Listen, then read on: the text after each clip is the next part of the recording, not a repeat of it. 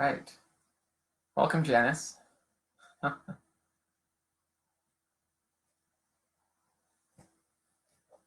All right, we're up to 2. I see Janice and Jan have joined. We'll give people a couple more minutes to join. And actually, let's try, before we get a bigger crowd, Janice, if you wouldn't mind, I see you already did type a comment. So hopefully, as those that have joined me before know, it's been hit and miss on the comments and whether they work or not. About 2 of my lectures, they've worked, and I've seen the questions come in live, and 2 of them they haven't, and I've had to have Brandon, my cousin, text them to me. So hopefully this means I'll be able to see your comments. Thank you, Janice. And hopefully Brandon and others will join us here in just a moment. Whoops.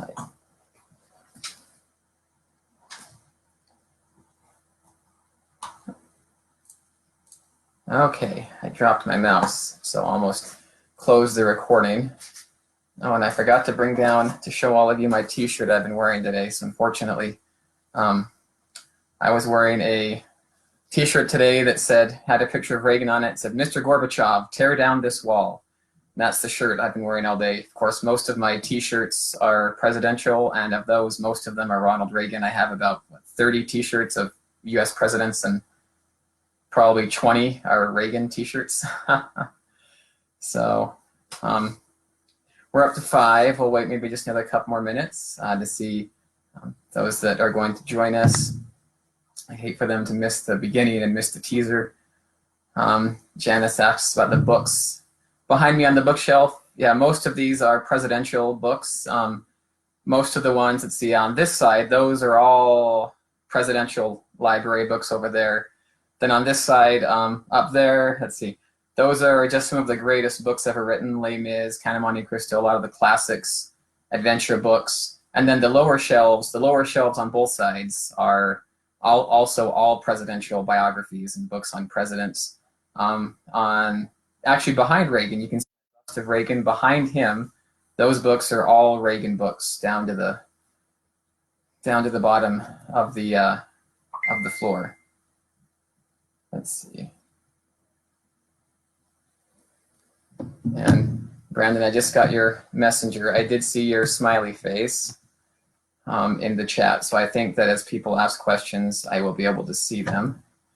But if not, I just got your messenger on my phone. So Brandon, if you see things that I miss, feel free to message me that way. And we'll get started in just a moment. We're up to 5. I know there were several others that said they were going to come, so I'm hoping that I've set this up right and it's not in some obscure place on the internet that people can't find. But thank you. Before we get started, those that are here, I know Jan, Janice, Brandon, Ardith, not sure who else have joined, but thank you, and Bill for joining us. What is it now? This May something day during Corona Apocalypse that's still ongoing. May something. What day of the week is it? Thursday? I only remember that because I teach on Thursdays. And of course, since I teach online, my teaching has been unimpacted. My students are all across the country. Our high school is online, so we have been unimpacted. If anything, we've actually had more students joining, and my class has gotten a little bit bigger. So Thursdays are my teaching day. With that, and it looks like Brent asks, where is the link from mobile? And I'm not quite sure how that works for mobile. I would assume on mobile, if you just access the event, you would get the video. So I'm not quite sure there, Brent. I'm not super proficient with Facebook Live. If anyone else is, please comment there and help Brent. But let's, 7:06, we're up to 8. So let's, maybe we'll start at 7:09. 7:10 seems a little long, but we'll give people just a few more minutes to join. And also be thinking of any questions you might have. Of course, I love questions and love to speak to what you guys are interested in. And that pin is glowing a little bright. Wow, the light's really hitting that one. So that is my Ronald Reagan Presidential Library pin.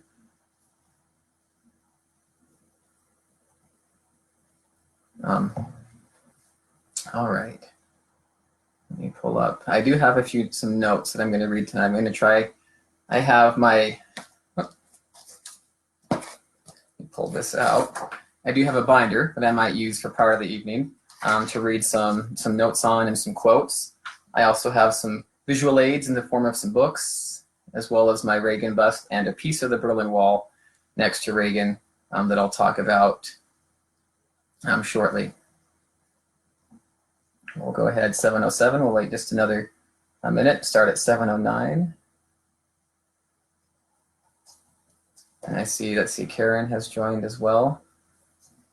Welcome to our North Dakota family. It's nice to connect with those in California to Arizona to North Dakota and up in Kaysville and wherever else you all may be. I again only wish we could do these in person, but I'll settle for technology. About one more minute, and then we'll just go ahead and get started. I'm trying to think of, while we wait, I guess, let me think of some of the Reagan Cold War jokes. I'll tell a couple Reagan jokes that he liked to tell until I dive into the official lecture. Lots of jokes that Reagan had on the Soviet Union, and he would often tell these jokes at events and lectures. And many of these jokes that he shared, pretty much all of them actually, were ones that he would only share if they were shared in the Soviet Union itself. So, he would get word of jokes that the Soviets shared amongst themselves about the failures of their system. One of the jokes was, there was a Soviet couple who, reached out to a plumber. They were having some plumbing trouble, and of course, in the Soviet system, the resources and people are stretched thin. You have to wait quite a while for basic services, and they reached out to the plumber to schedule an appointment for a repair. And the plumber says, well, we can get to you in about 10 years. And I thought, oh, okay, 10 years. And then the plumber asked, and then the people that were scheduling the appointment, they said, well, morning or afternoon. And the plumber thought, he says, what? I just forgot the punchline. Oh, no, sorry. But he says, what does it matter? And I'm sorry, I completely forgot that joke. I forgot the punchline. So make up your own punchline and laugh. Okay, that's right. I got it mixed up. So they were buying a new automobile. That's right. So they're buying a new automobile. And when the people at the automobile company, they said, you can come pick up your vehicle in 10 years. They said, 10 years from now, you can come get your car. And then when the couple said, well, morning or afternoon, and the salesman selling the car was like, well, why does that matter? And then the couple responded, well, the plumber is coming in the morning. So I led with the wrong profession there, but that was one of the jokes that he said. And another one that he liked was, there was a Soviet citizen and a U.S. citizen enjoying a lunch, and the U.S. citizen was, talking about the benefits of democracy in a free country to the Soviet citizen. And the U.S. citizen said, isn't it great here that I can walk into the president's office, I can make a fist, I can pound my fist on his desk, and I can say, Mr. President, I don't like the way you're running my country. I don't like what you're doing to our country. And the Soviet citizen said, well, we can do that too. And the U.S. citizen thought, he said, you can? And the Soviet citizen, yeah, sure. I can march into the Kremlin, I can walk up to the General Secretary's desk, and I can pound it with my fist and say, Mr. General Secretary, I don't like the way that President Reagan is running his country. That's another one that Reagan liked. So let's go ahead and get started. Looks like we'll have a smaller crowd tonight. We're staying steady about 8, so let's go ahead and get going. But my interest in Ronald Reagan and the Cold War really began, many of you may recall, in early June of 2004, 16 years ago. Of course, we all received news that Ronald Reagan had passed, that he had departed mortality, which many of us, may have thought he'd already passed. Of course, he was out of the public spotlight for almost a decade to that point because of his Alzheimer's. He had not given any public appearances for 8 years, and we heard very little until his passing. Naturally, his passing brought experts from both sides of the aisle, and whether you watched whatever news, CNN, Fox News, there were talking heads debating the merits of Ronald Reagan's presidency, of course. So this was 2004, 16 years ago, but still about 15 years after the end of the Cold War. And that was one of the greatest questions that people asked. As president, of course, you touch a lot of policies and you do a lot of things, but unfortunately you can't do everything, right? You can't make everything the focus of your administration. You have the things you focus on, and the Cold War was obviously Reagan's key administrative focus was on the Cold War. And so people began asking, did Ronald Reagan end the Cold War? And there were experts on both sides. And I would listen to these experts talk, and some would be like, yes, he did. Others would say, no, he didn't. He was just lucky. He was in the right spot at the right time. And the budding historian inside of me, I was in my, early 20s at the time, and the budding historian in me thought, you know what, why don't I just find out my own answer to this question? That I don't need someone else to tell me. I want to just find out on my own, because I love primary sources. I enjoy reading secondary sources. I enjoy, most of the books behind me are secondary sources written by authors who do their own research and then synthesize what they find and then present their thesis. And there's a lot of value in that, especially the bibliography, the notes section and bibliography section, which then allows you to vet their research. And I often have, reaching out to many authors, questioning many of their sources that they've used, as well as the manner in which they've chosen to select what to share from those various sources. So I began a journey on my own to really answer that question. I thought, you know what, I want to know on my own if Ronald Reagan ended the Cold War. And thus began a journey of buying books and finding newspapers and buying many magazines. I love primary sources, so I love to read the actual, what did Time magazine say in October of 1986 when the Reykjavik summit failed? What was the perspective then? What did they say? I don't want someone now to tell me how we should interpret it now. I want to know what they said then in 1986. So I bought many, many magazines and newspapers and primary sources and sifted through all of them. And I'm also a very intentional and slow to come to a judgment type person. So it took me a few years, and finally, early on it became apparent to me that, yeah, he ended the Cold War. And I thought, maybe I'm just being biased. Maybe I'm just reading the wrong sources, because I'm supportive of that. But eventually I came to the inescapable conclusion that, yeah, Ronald Reagan definitely ended the Cold War. Of course, many people think it would have ended eventually anyway. And that's a fair argument. And there are some legitimate cases to be made that eventually the Soviet Union may have collapsed of its own weight. There are also some legitimate arguments that the Soviet Union may have been able to recover, especially because the West, in America, we often had a habit of supporting them when they were having struggles. Reagan says, no, no, no, we're not going to bolster the system that we're trying to defeat. And so he stopped those policies. And so very likely after Reagan's presidency, the Soviet Union very well could have continued, especially because Reagan's policies resulted in essentially bankrupting their system. In order to spend, to match what Reagan was spending, whether it was the arms race, whether it was SDI, whether it was other things, the Soviet Union, essentially, Reagan bankrupted them. He forced them to spend more money than they had. That's the entire reason that Mikhail Gorbachev engaged in his critical reforms of glasnost and perestroika, which are often considered by historians today. They often point to those and say, yes, Gorbachev, the great reformer, ended the Cold War, failing to precede that and ask, why were those reforms even necessary? Because of Reagan's economic policies that forced the Soviets' hand.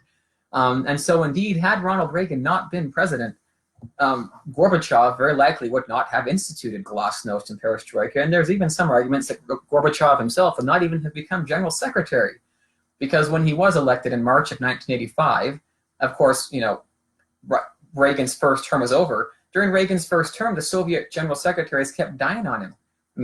There was, Chernenko and Andropov and Brezhnev, all these, they were so old, they kept dying. Reagan couldn't meet with any of them. And finally, the Soviets responded. They said, well, we need to have our own young and vigorous and very, like-minded leader to match Ronald Reagan's enthusiasm and his zest.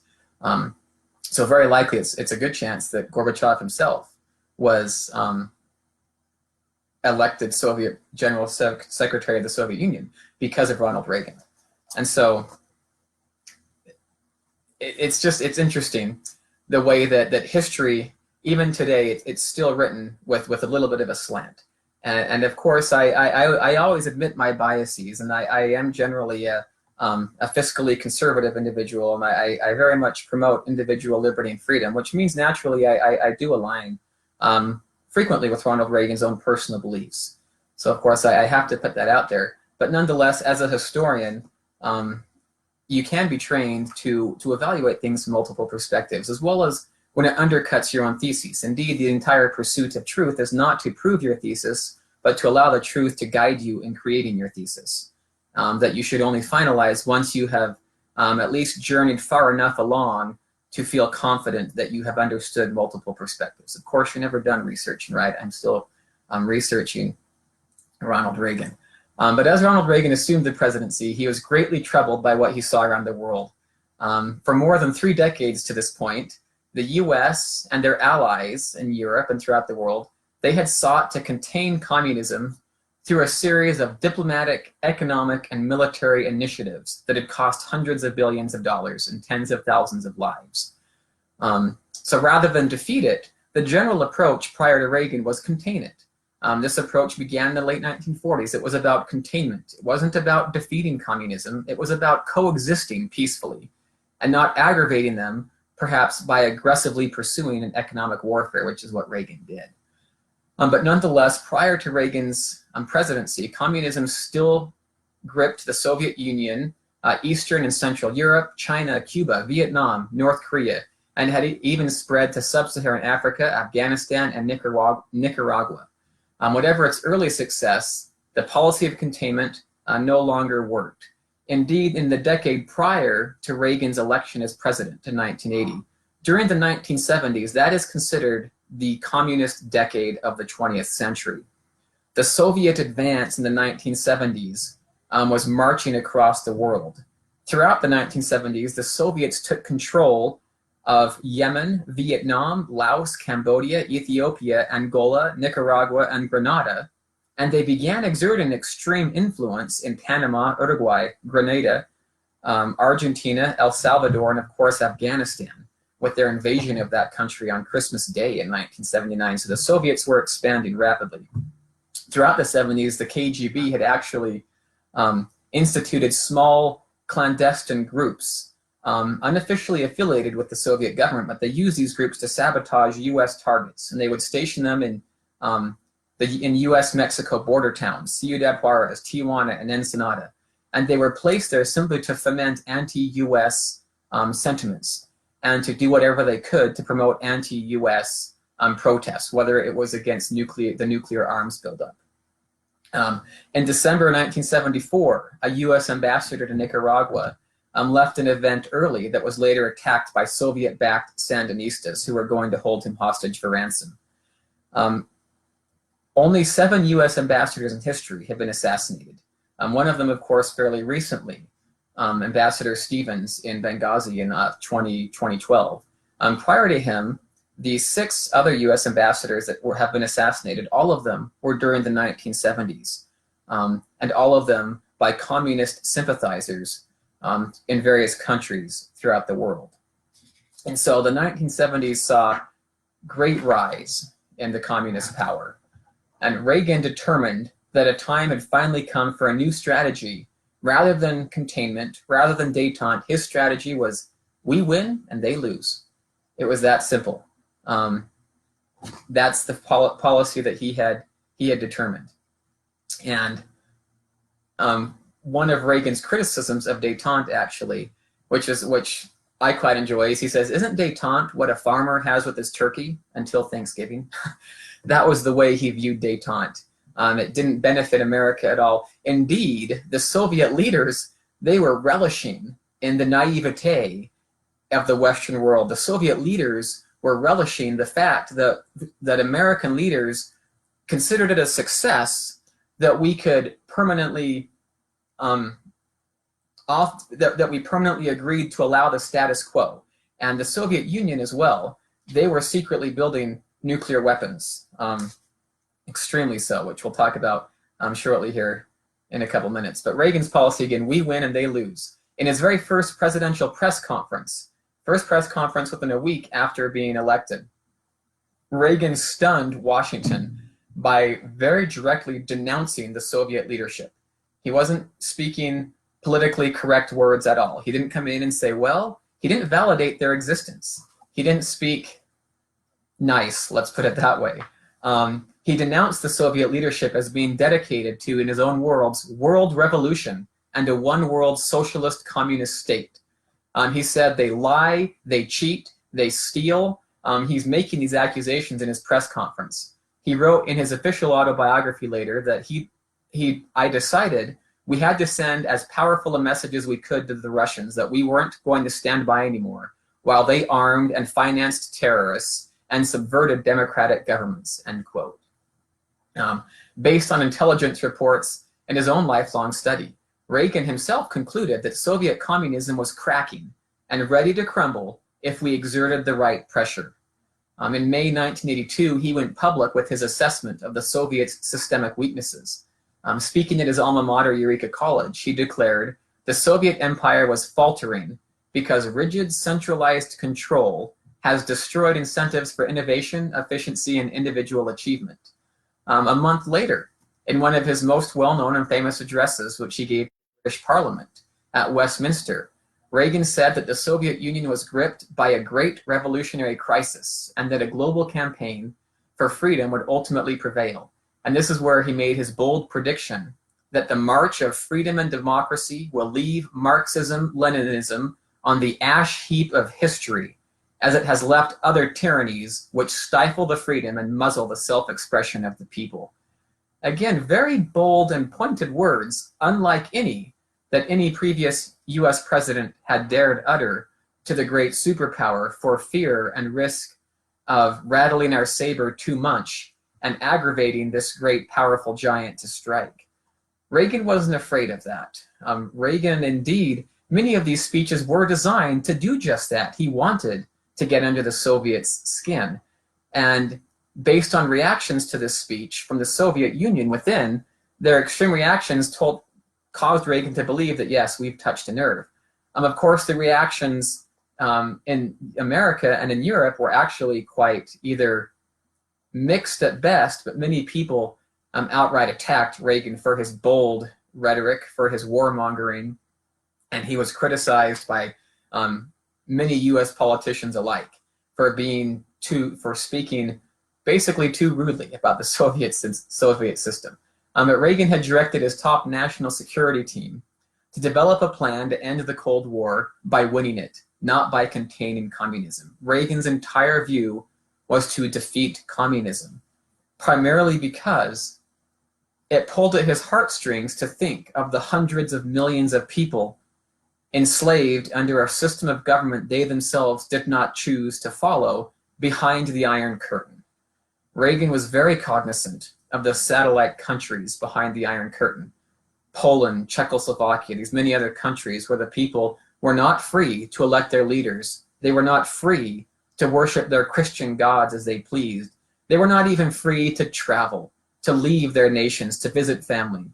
Indeed, Soviet citizens and others, if they married American citizens, often when they applied for visas to leave the country, were denied.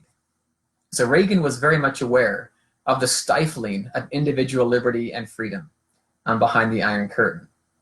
So the result of Reagan's directive to develop this strategy was a series of top secret national security directives, abbreviated NSDDs, National Security Directives.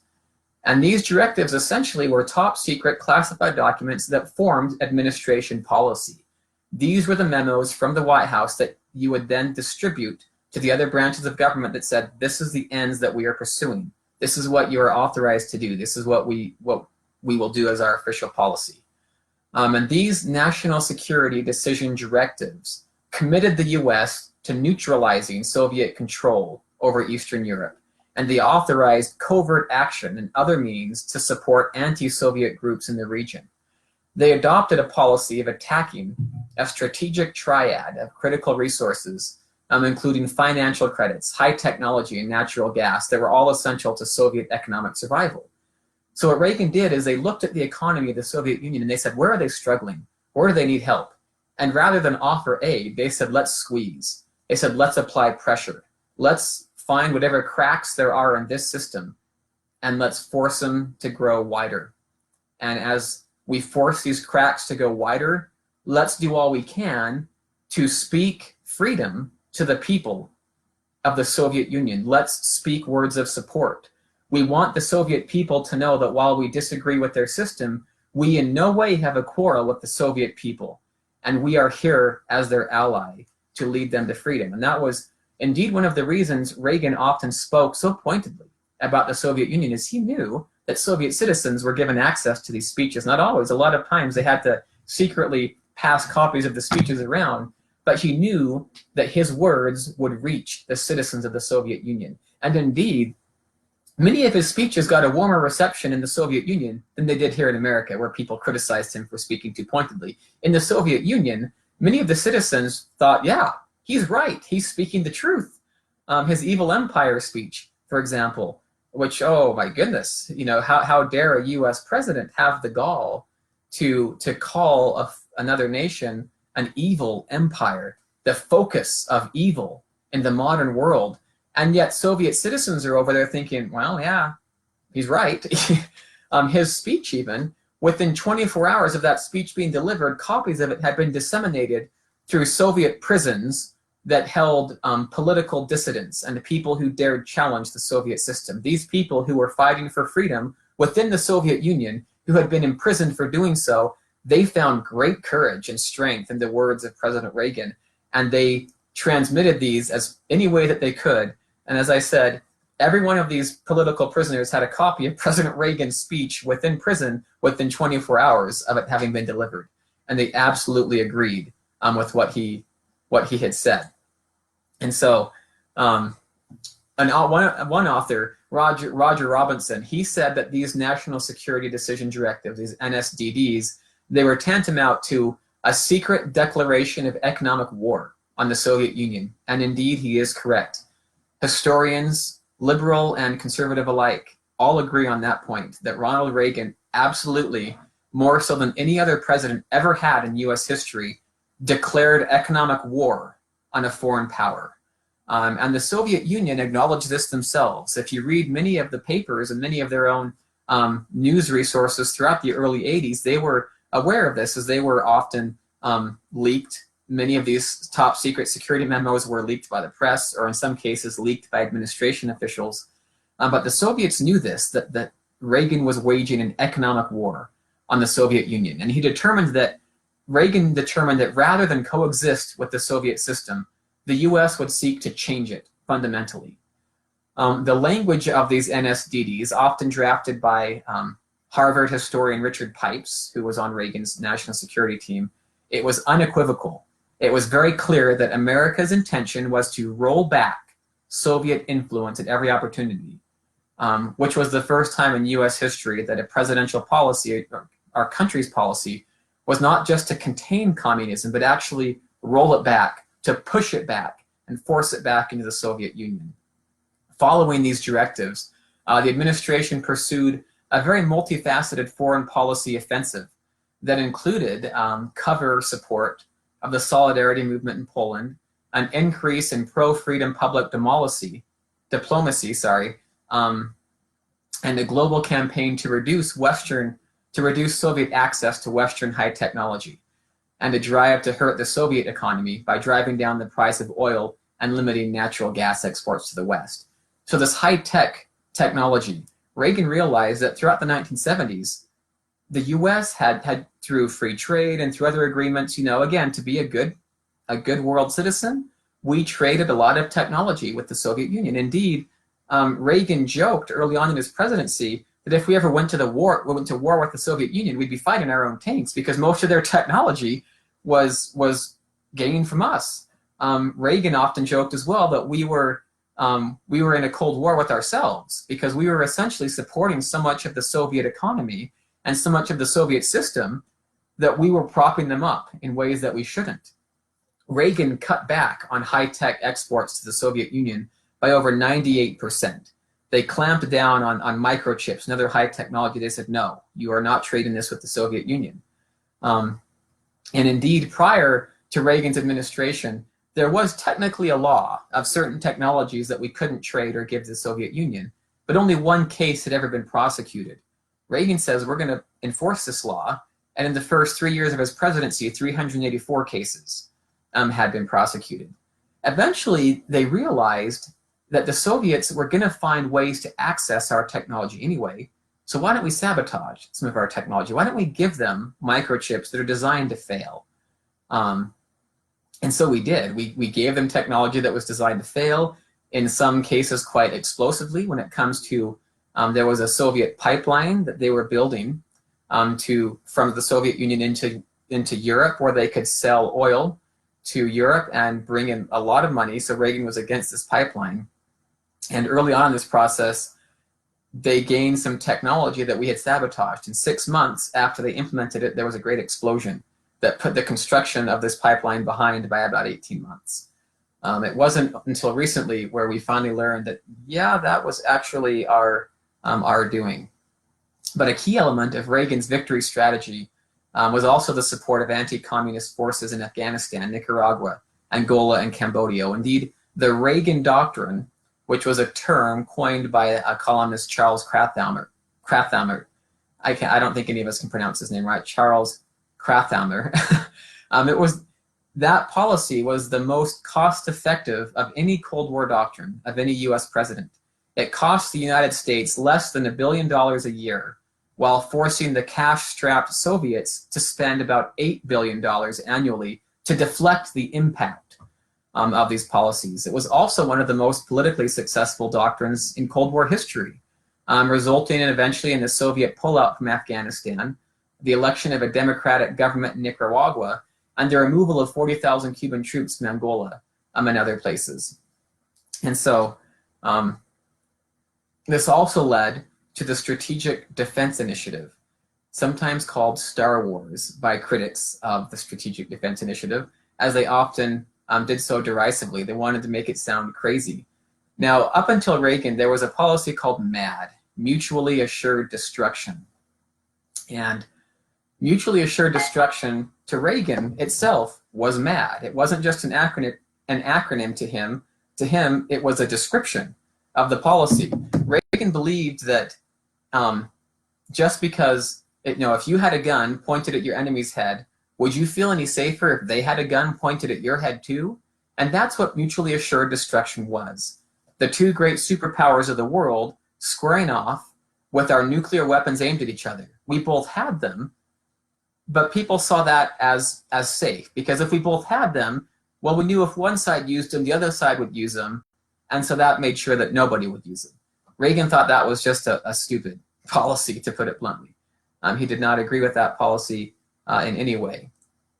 And so, indeed, the balance of nuclear power had shifted significantly. For example, after the Reykjavik summit in 1986, many U.S. Officials actually believed that the Soviets only had about 1,600 warheads, nuclear warheads, in 1970. In actuality, they had about 11,643. By 1975, the Soviets had 19,055 nuclear weapons. By the time Reagan took office, the Soviets actually outnumbered us in nuclear warheads by almost 2 to 1. In 1985, the Soviets had 39,197 nuclear warheads, and the US had 21,392. It's a lot of nuclear warheads. Those could definitely kill every life on Earth, but the balance of power had shifted again during the 1970s. In the 1960s, the US was well ahead of the Soviets in terms of nuclear warheads. But as we signed all of our agreements during the 1970s limiting the production of nuclear warheads, we stopped building. We honored those agreements. The Soviets, of course, did not, and they continued to produce nuclear warheads. And so again, many people often say the Soviet Union would have collapsed on its own. So let's look at what a couple of the predictions were, of what people were saying about the Soviet system. And Time, for example, they said, this is early on, Time said of Reagan, Reagan believed the USSR could be badly damaged and forced to cut back on its military buildup if the West cut it off from trade contacts. This is a delusion. Inefficient as the Soviet civilian economy is, the Kremlin could still squeeze it further to continue piling up arms. The Soviet public will do what it is told, partly because it has no choice, but partly because it responds vigorously when it believes the motherland is threatened. And so many of the Soviet experts in the early 1980s and throughout the 1980s were all uniformly declaring to believe that the Soviet Union would collapse on its own was folly. They said, Henry Kissinger, of course, Nixon's famous Secretary of State, one of the world's foremost foreign policy experts, he believed Reagan was extremely naive. He says it's just goofy to think that the Soviet Union will ever just collapse. Arthur Schlesinger, of course, famous historian from the Kennedy administration, he agreed. The experts at MIT, at Harvard, at Yale, all of these experts agreed that the Soviet Union was well enough off to endure and that they wouldn't collapse. And so that's what a lot of the experts were saying. And Reagan, of course, did not believe this. He believed very firmly throughout his life, and that's one of the great qualities of Ronald Reagan, I think, as a leader, is that he espoused early on his policies and his beliefs, and he never wavered from those. He didn't shift, he didn't flip-flop, as we like to say today of politicians. He was declaring statements in the early 1960s that became his presidential policy in the 1980s. So let's back up a little bit. So far I've been focused on his presidency, but let's talk for a little bit about the early years of his crusade against communism and when it began and how he focused on this throughout the 1940s and the 1950s. In the 1930s, it's worth noting that Reagan himself was an FDR Democrat. He was behind the New Deal. He voted for FDR all 4 times. Of course, later in life, it was the early 1960s, he finally declared, you know what, I didn't leave the Democratic Party, it left me. He felt that they had lost their way. In 1946, Hollywood was being infiltrated by communist sympathizers.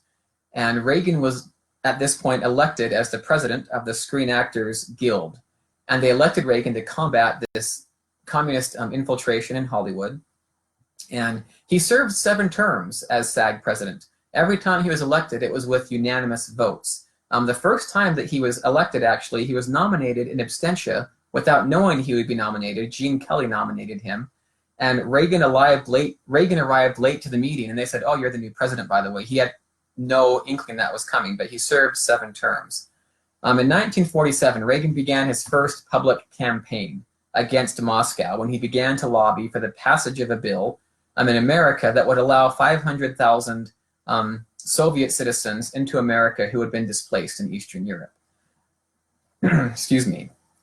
And so he began at this point to become a menace on the radar of the Soviet Union. Not quite significantly yet, but this is the time where he began to push back against them. At one point, Reagan was called to testify at the House Un-American Committee. Of course, this is when the Red Scare was going on. McCarthyism and accusations of being a communist were rampant. People were being dragged in to testify about their political beliefs. There was even debate about should we outlaw political beliefs, which Reagan himself was opposed to.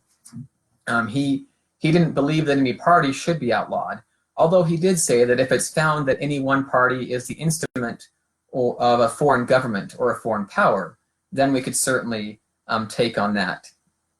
And Reagan himself said in his testimony, I abhor their philosophy, but I detest more than that their tactics, which are those of the 5th column and are dishonest. But at the same time, I never as a citizen want to see our country become urged by either fear or resentment of this group, that we ever compromise with any of our democratic principles through that fear or resentment. I still think that democracy can do it. And what he meant by that is he believed firmly that if the American people were given all of the facts, and he summarized a Thomas Jefferson quote to this end, he believed if the American people were given all the facts, that he trusted us to make the right decision and to trust in democracy and liberty and freedom.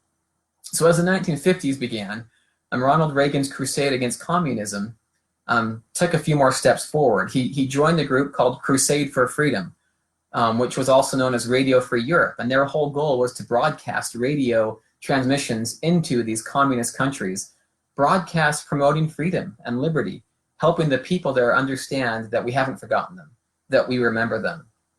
Reagan even passed a Screen Actors Guild resolution that encouraged actors to get involved with this end.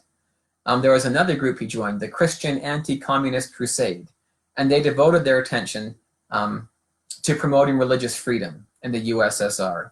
And Reagan began giving speeches at these rallies in the 1950s. By the early 1950s, at this point, the communist influence in Hollywood had been broken. The communist sympathizers had admitted that they weren't able to exert the influence that they wanted to. And one communist member later on testified to Congress when they asked, what was it that stopped your influence? He says, he says, we ran into a one-man battalion named Ronald Reagan. That was in 1951. So they already saw Reagan as a one-man battalion standing up against communism. And of course, at this point, Reagan's acting career was somewhat floundering, and he turned to television. He turned to GE Electric.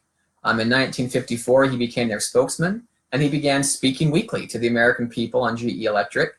It was a hit television show. It eclipsed I Love Lucy after only 2 weeks on the air into its debut, and it stayed strong throughout the 1950s. And Reagan often used it as a platform for anti-communist speeches.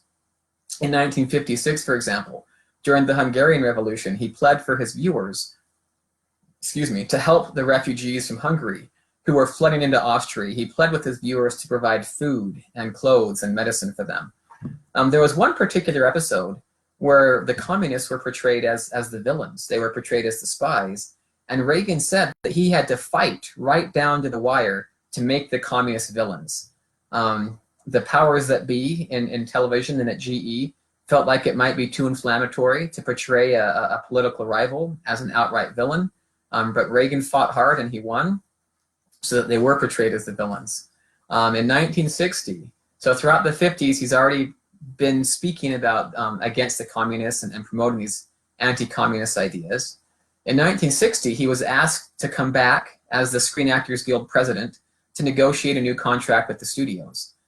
When he announced his negotiated settlement to this meeting of SAG members, he received a standing ovation and an approval vote of 6,399 to 259. So he was a very successful Screen Actors Guild president, which many people think is kind of an oxymoron, that a staunchly conservative Republican could be such an effective leader of a union.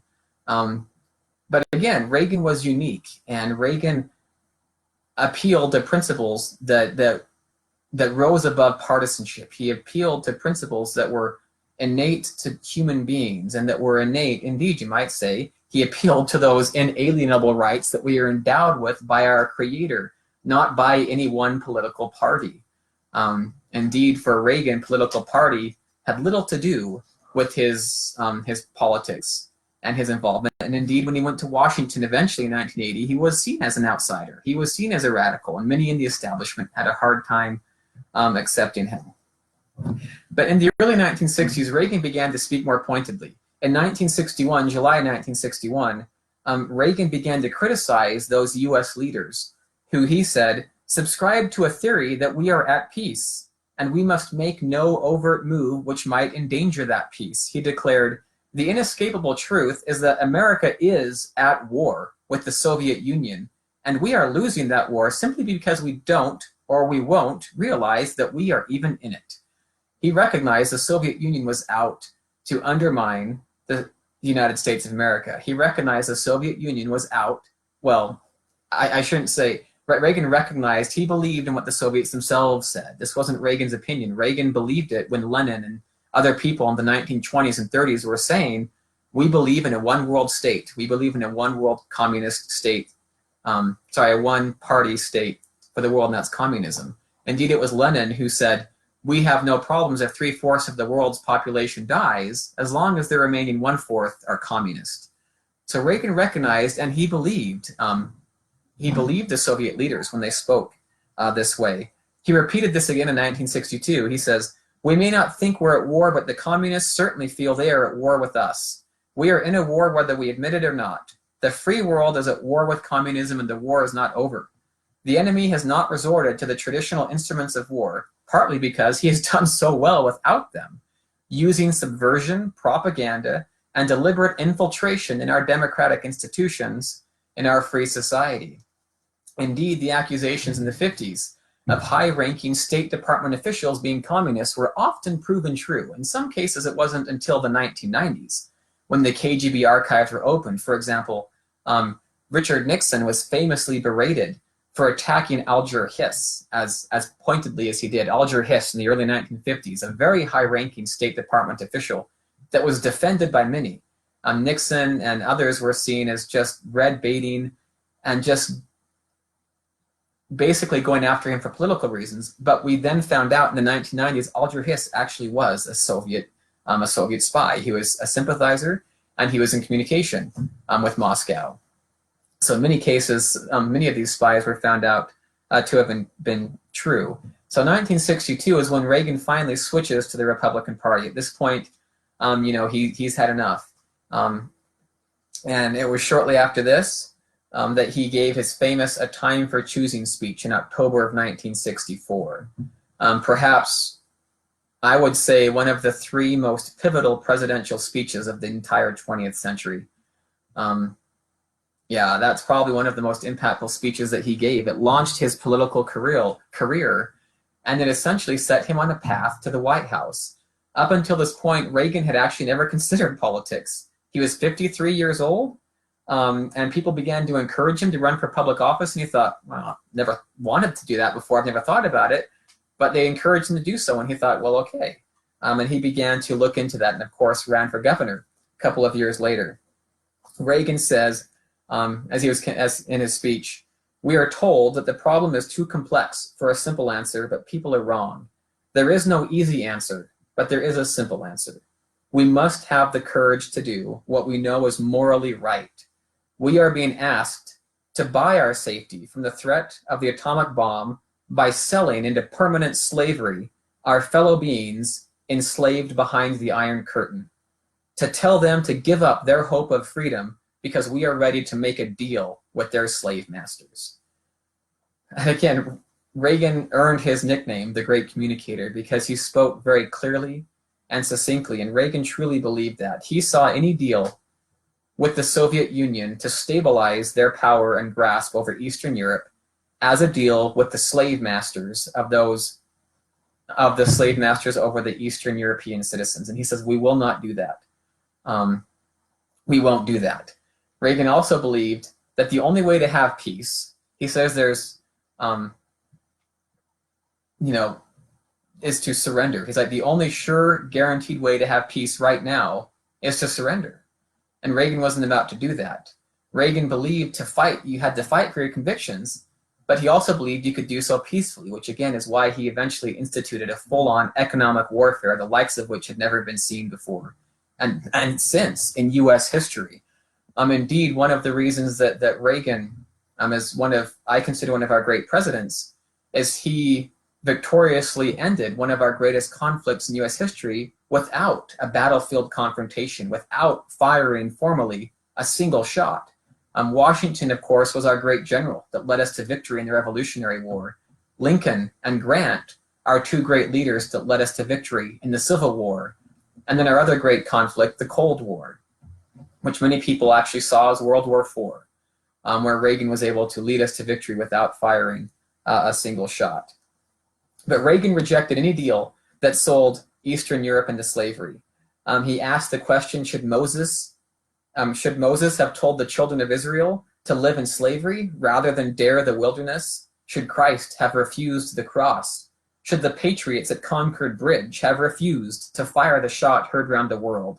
So Reagan wasn't afraid to shy away from potential conflict because he knew it was right. Indeed, in the late 1960s, he actually was in a debate with RFK. And it was a debate on the Vietnam War, and it was completely a setup. It was done by college students in Europe who represented different liberal causes, and they did plan to try to entrap and set up RFK and Reagan. And Reagan actually, to watch the video of that debate is very amazing. He was spitting off facts and numbers, and they would ask him questions. Well, Mr. Governor Reagan, how do you feel about the fact that so many, 8 million, so many Soviet citizens are being imprisoned, this and that, or sorry, South Vietnamese citizens by their own government?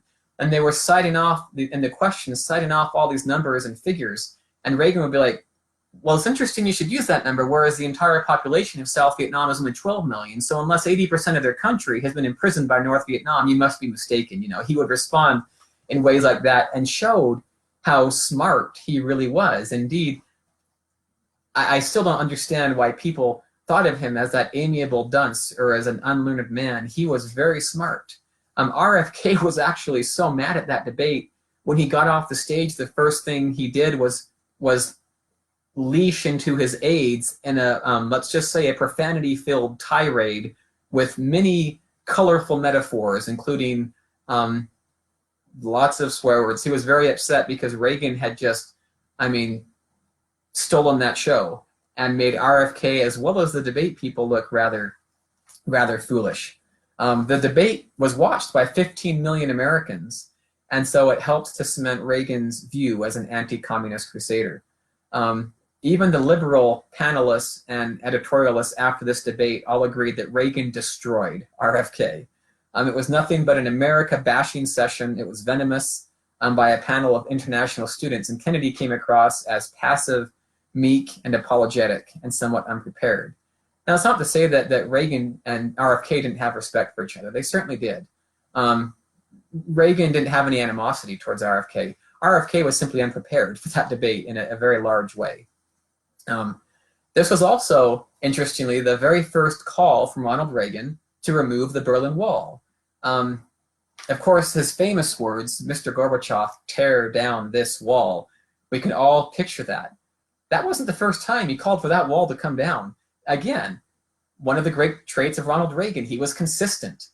He called for the wall to come down in 1967. That was the first time, and he called for it to come down multiple times throughout the years until then. So it shouldn't have come as any surprise that he called for it to come down in that famous speech before the Brandenburg Gate in June of 1987. But Reagan said, in his first call, he says, "I think it would be very admirable if the Berlin Wall, which was built in direct contravention to a treaty, should disappear." Indeed, we actually now know the Berlin Wall went up in August of 1961.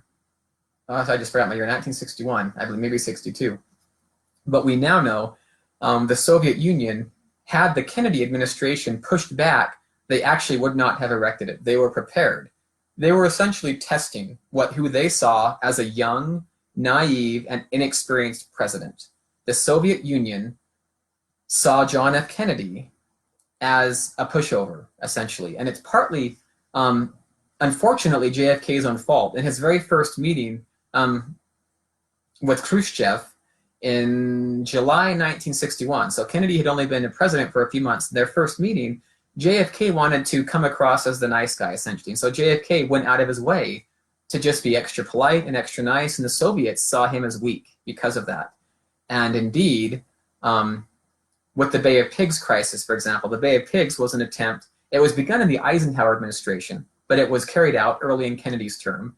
And it was essentially the US supporting a revolution in Cuba to overthrow Fidel Castro, who was backed by the Soviets, who was a communist. And it was a disaster. Kennedy pulled the support for it. It was a disaster. And the Soviets saw that and they thought, hey, this man has just shown us he's not willing to back up the freedom fighters who fight against communism. And so then that, of course, led to them putting up the Berlin Wall, which we didn't push back on. And because we allowed them to put up the Berlin Wall, that then led to the Cuban Missile Crisis, which I'm sure many of us have heard of, when the US came very, very close to nuclear war. And the Cuban Missile Crisis itself was a direct result of the Soviets' opinions of JFK that he was a pushover. Fortunately, John F. Kennedy, to his great credit, handled the Cuban Missile Crisis very well. I think I gave him props and credit for handling that situation as efficiently and effectively as he did to avoid nuclear war. Eventually, of course, John F. Kennedy was killed by a communist sympathizer. RFK was also killed by a communist sympathizer. Ronald Reagan viewed both of these assassinations as directly impacted by the Soviet Union, by communism, which indeed they were. And so Reagan, again, as he was governor, at one point when Russia would ask the US for help, for example, to feed their people, Reagan said, if Russia needs our wheat to satisfy the hunger of her people, it might be well to point out that the wheat could be delivered easier if there were no Berlin Wall between us. So he would often bring in the Berlin Wall whenever he could in press conferences and in speeches. And so after RFK's assassination, Reagan firmly believed that communism was robbing America of many great leaders. Again, he saw JFK and RFK as good leaders, and he saw communism as robbing us. So the 1970s come along now. Reagan's continuing as governor. And at this point, Reagan is recognizing that over the past couple of decades, the Soviet influence has expanded, and the US influence has started to wane. Of course, Vietnam, wonderful Vietnam, has been going on by now, where we're fighting a limited war. We didn't go, in Vietnam, we fought with one hand tied behind our back for various political reasons, which we won't get into here. That could be a whole lecture in and of itself, right? The Vietnam War. But the Soviets saw US power waning. Indeed, the 1960s was not a good decade for the United States of America. It's probably one of the worst decades in the 20th century for our country. We lost a president to an assassination. We lost his brother, a presidential candidate, to an assassination. We were losing the war in Vietnam. Our allies were not trusting us. It was not a good decade, and the Soviets began to capitalize on that, which is why they launched into their, again, expansion in the 1970s that we've already talked about. By 1975, the Soviet press was now openly taking shots at Reagan. So he wasn't a candidate for president yet, but the Soviet press is already trying to undercut Ronald Reagan and their press.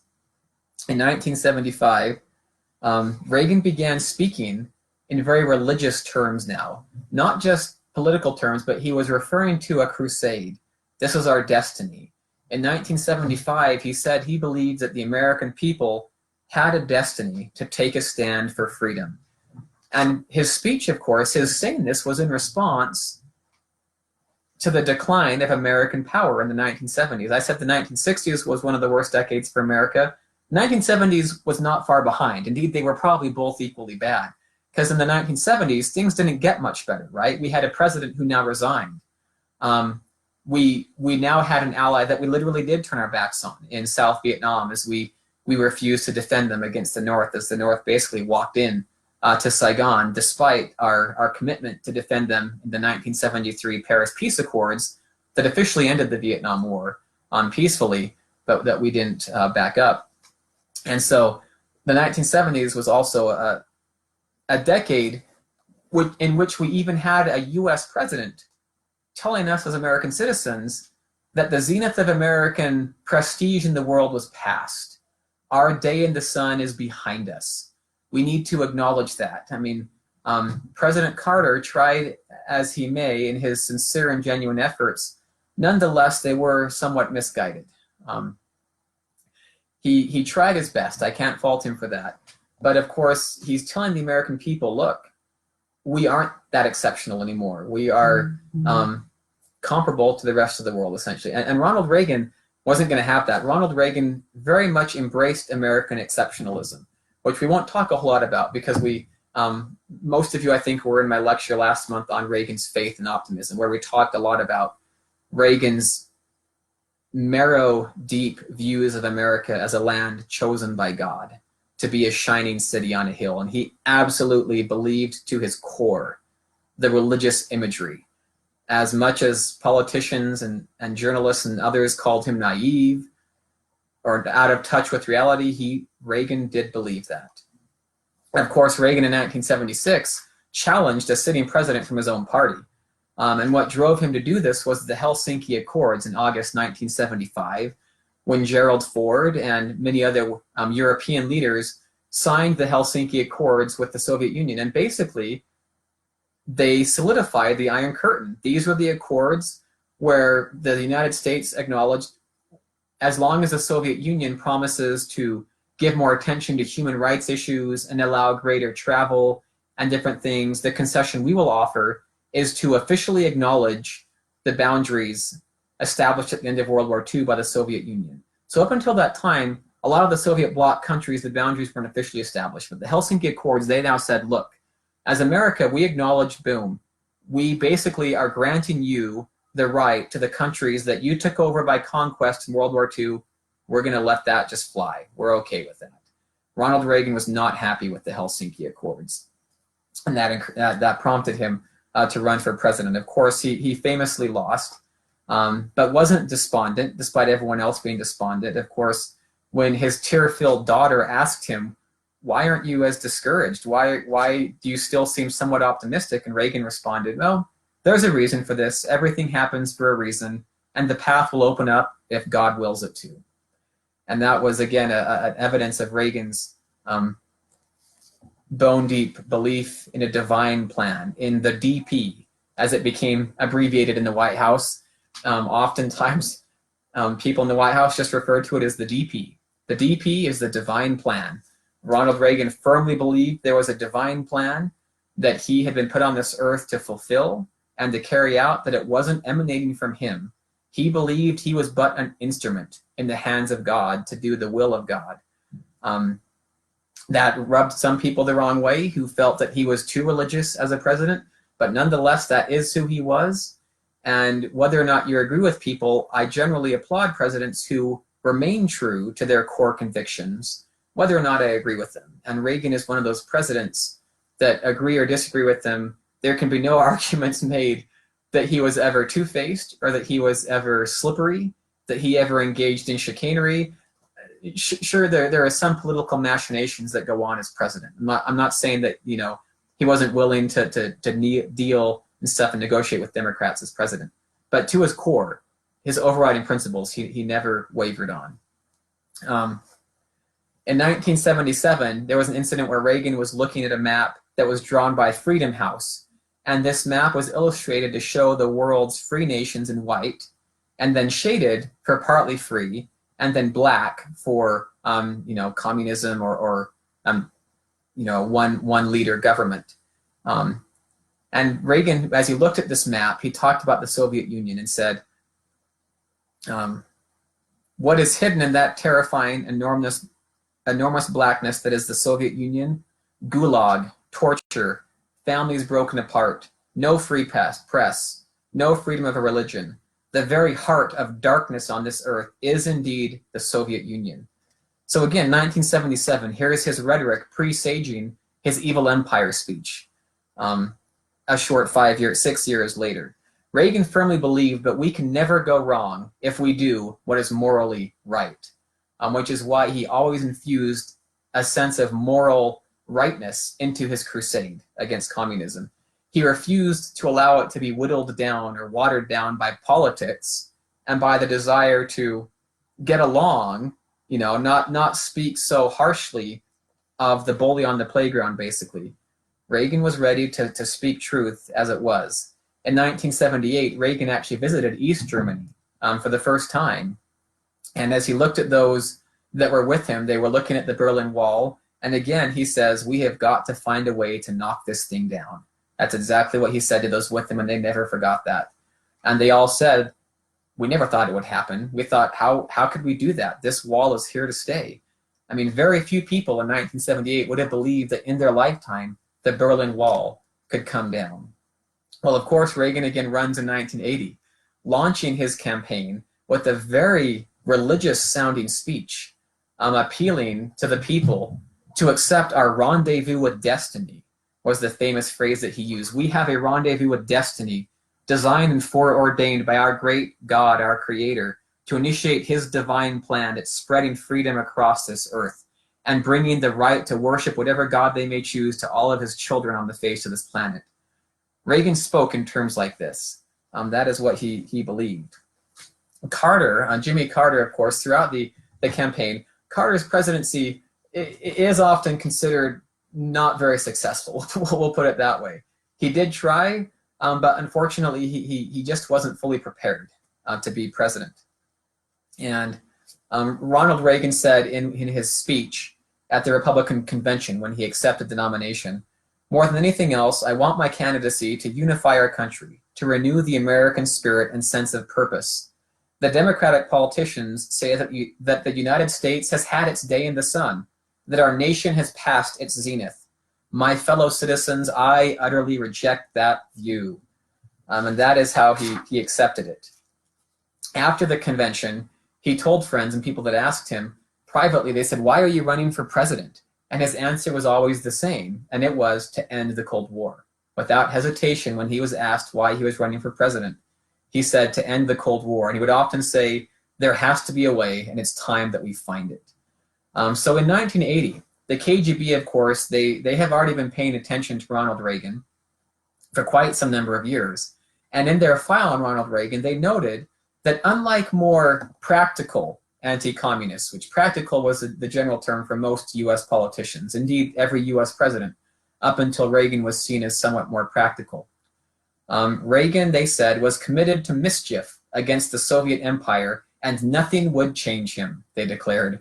"Reagan does not react to our suggestions," said a Politburo member, and a KGB official said, "We aren't going to change Reagan's behavior come hell or high water." They recognized that nothing they did would influence Ronald Reagan. This KGB report on Ronald Reagan, which was of course declassified after the Soviet Union fell, it also said of Ronald Reagan, quote, "He has called for regaining the international leadership position which the United States in the last decade has forfeited." It also described him as a firm and unbending politician for whom words and deeds are one and the same. People who know him better say that he is pragmatic and resourceful and has a feeling for the political balance of power on which he built his tactics. It can be expected that Reagan, who tackles all problems in an absolute pragmatic way, will pursue a foreign policy of a hard, but at the same time, an essentially consistent line against us. This file also revealed that they had even assigned a team to dig up every skeleton in Reagan's closet that they could. This was a team that was throughout the West. It wasn't, of course, in the Soviet Union. This was a team in Europe as well as in America that were tasked to do all that they could to find every ounce of dirt on Reagan that they could so that the Soviets could impact our election. Does that sound familiar? Again, one thing I love about history is it shows you that the Russian collusion and desire to impact our elections is actually not anything new, despite the efforts of people to make you think that 2016 was somehow different. It actually wasn't. The Soviets have been, well, the Russians, I guess, not Soviets anymore, but before they were Russia, when they were the Soviet Union, they were still trying to impact our elections. But they had these people that were tasked with digging up whatever dirt they could on Ronald Reagan. And they essentially came up empty-handed. The file says that we didn't find anything that we could use against Reagan, and so they had nothing to give to those campaigning against Reagan. In one meeting, Boris Yushin, a top KGB official, he even said that their top operatives working in the United States were brought together to talk about Reagan and were told that they could come when they might be asked to get rid of him. And so they were looking at ways as to how to politically undercut Reagan and to get rid of Ronald Reagan. And so before he was even president, his reputation was well established, so much so that in Poland, and we're already at 8:10 and I haven't mentioned Poland, so I doubt we'll be able to talk much tonight about Poland at all. But of course, Poland was the largest satellite country in the Soviet Union. Of course, Poland was had a very rich history. Poland had a beautiful history, a rich history of freedom and democracy until World War II, when they were overrun first by the Germans and then the Soviets, and of course the Soviets just never left. And they maintained a communist government over Poland against the wishes of the Polish people.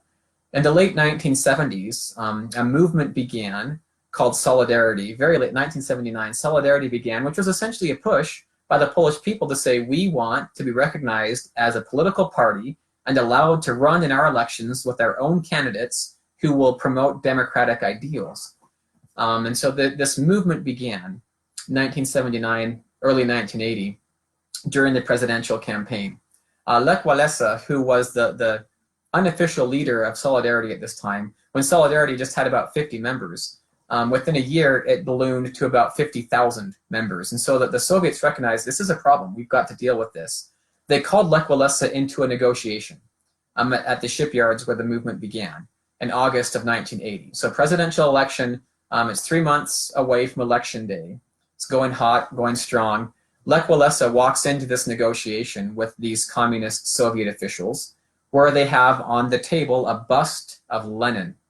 And Lech Walesa walks in, he pushes the bust of Lenin to the floor, and he slaps down a picture of Ronald Reagan from the newspaper. Because he knew Ronald Reagan was going to be the leader in this movement in Poland even though Reagan was in America as a US president, he recognized that Reagan, as the leader of the free world and the most powerful man in the world, was going to push and fight for them. And so that's how, even in Poland, Reagan was already being seen. So in Ronald Reagan's first term, I mentioned these national security decision directives and these NSDDs.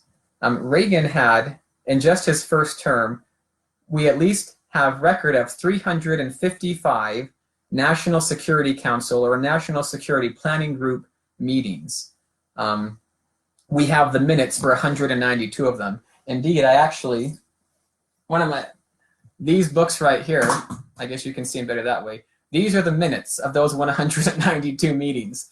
You flip through them, and it's transcripts, and you flip through them, you can see what Reagan said, that's in bold, and you read the minutes of these National Security Council meetings, and it becomes abundantly clear who was in charge of these meetings.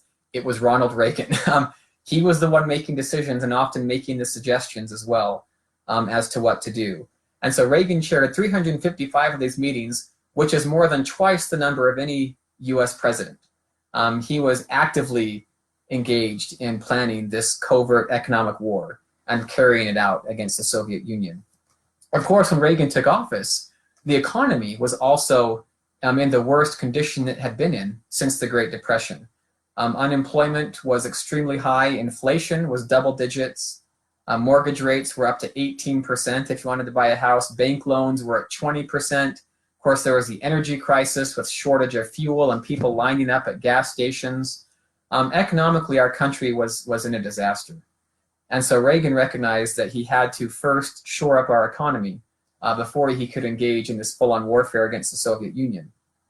But in the first 2 months of his presidency, he met with members of Congress more than 50 times, personally chaired 10 meetings of the National Security Council in his first 2 months. And began to define the economic pillar, because he saw the economy and his efforts at the economy as one of his pillars against communism. Again, because he recognized the American economy, based on free markets and capitalism, we could outspend the Soviets. We could absolutely cash in on the benefits of free markets and capitalism to outspend the Soviet Union. And so that very quickly became his goal. And so Reagan, in the minutes of one of these first meetings, when they were talking about policy, Reagan said, "For years we have been telling our adversaries what we can't do. It's time we make them start wondering what we will do." Reagan thought, we want the Soviets to think that we are willing to do whatever it takes. He says it's hard to negotiate with someone when you've already told them the point past which you won't go. And so he says we want them to start wondering what we will do. And of course, the defense budget, which became a key political point. In the late 1970s, the defense budget was only 5% of our GNP, which is the lowest it had been since World War II.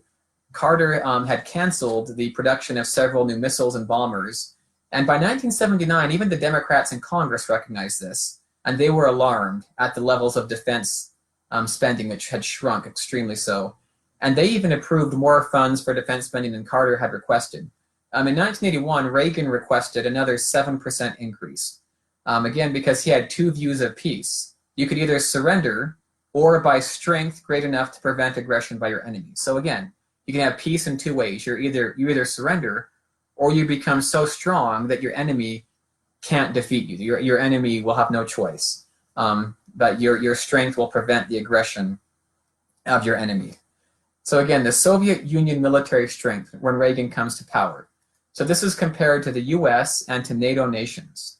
The Soviet Union had 2.7 times as many tanks, 20% more armored personnel carriers, twice as much artillery. In terms of the nuclear front, when Reagan took office again, the US had a stockpile of 23,000 warheads. The Soviets had 32,000 at this time. In Reagan's first defense budget proposal, he proposed $32 billion for military spending to build the MX missile, the Tomahawk cruise missile, and many other technologies that are actually still in use today. The Patriot anti-missile, for example. This was the first missile that proved that a bullet could hit a bullet. And of course, this helped the scientific thinking that SDI might be possible. We had missiles that could hit other missiles, so why not a strategic defense initiative that could shoot nuclear missiles out of the sky, basically, that could destroy nuclear missiles before they reached America. Now, some of the critics, as Reagan now is president in the early 1980s, as he begins to formally declare his economic warfare against the Soviet Union, is when many of the critics begin saying things like, the Soviet Union is not now, nor will it be during the next decade, in the throes of a true systemic crisis. For it boasts enormous unused reserves of political and social stability that suffice to endure the deepest difficulties. An economic study out of Harvard University concluded, the Russian system succeeds because, in contrast to the Western industrial economies, it makes full use of its manpower. Arthur Schlesinger, who I referred to earlier, he went to the Soviet Union in 1982. He made a visit to Moscow, and when he returned, he spoke out very pointedly against Reagan. He declared that Reagan's vision of pushing the Kremlin over the economic brink was utter nonsense and complete folly. He says, I found more goods in the shops, more food in the markets, more cars on the streets, more of almost anything. And he was dismissive of those in the US who think the Soviet Union is on the verge of economic and social collapse, ready with one small push to go over the brink.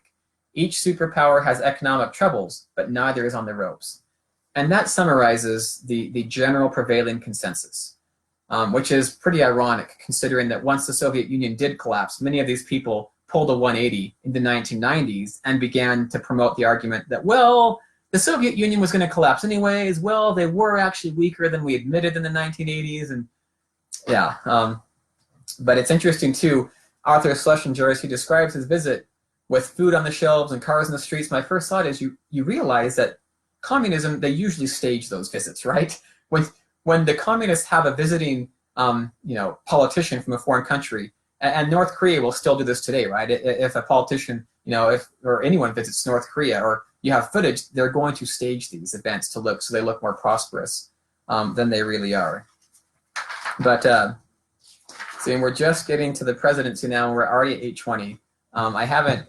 So I will try to summarize some things very quickly. And I think some questions did come in. I see Janice asks, when did Reagan say government exists to protect us? Let's see. So yeah, Reagan at one point said governments exist to protect us from each other, but not from ourselves. Meaning, that was kind of the libertarian vein in Reagan coming out, that governments should allow us to make our own choices. For example, motorcycle helmets. That was one debate that still rages today, right? People are like, should the law force us to wear helmets on motorcycles? Because that's kind of one of those decisions where it only impacts you, right? It's like, well, you can not wear a helmet because that's your choice and it will only impact you. And so Reagan, believed that governments shouldn't exist to protect us from ourselves. And the first time he said that, Janice, he said it many times. I'm not sure when the first was. And then he says, life is one great sound. Life is one great sweet sound, so start the music. That one comes from earlier when he met Nancy. I believe that one comes from one of his love letters from Nancy. And I'm trying to think of the year on that one. He also wrote that the poem that I read last time in my lecture, he wrote some poetry in high school, actually, with some very great one-liners that are still associated with him to this day. And so that's fun. He did have some great inspirational quotes that came from his letters to Nancy, as well as other writings of his. We won't, again, since we don't have too much time left, I'm going to skip several pages of my notes and kind of talk about essentially, well, I mean, we could talk about SDI, we could talk about Poland, we could talk about Pope John Paul II and his relationship and efforts with Reagan.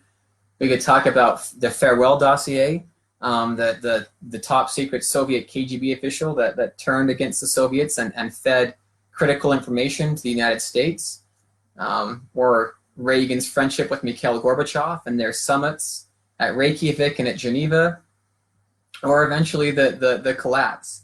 And since we don't have time to talk about all of these, I've just teased you with these things. But I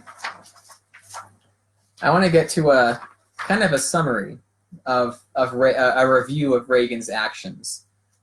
So essentially, historians now and even most politicians will admit that Ronald Reagan ended the Cold War. I should have grabbed it to show you. It's another book that's about this size of this one. It's a pretty big book.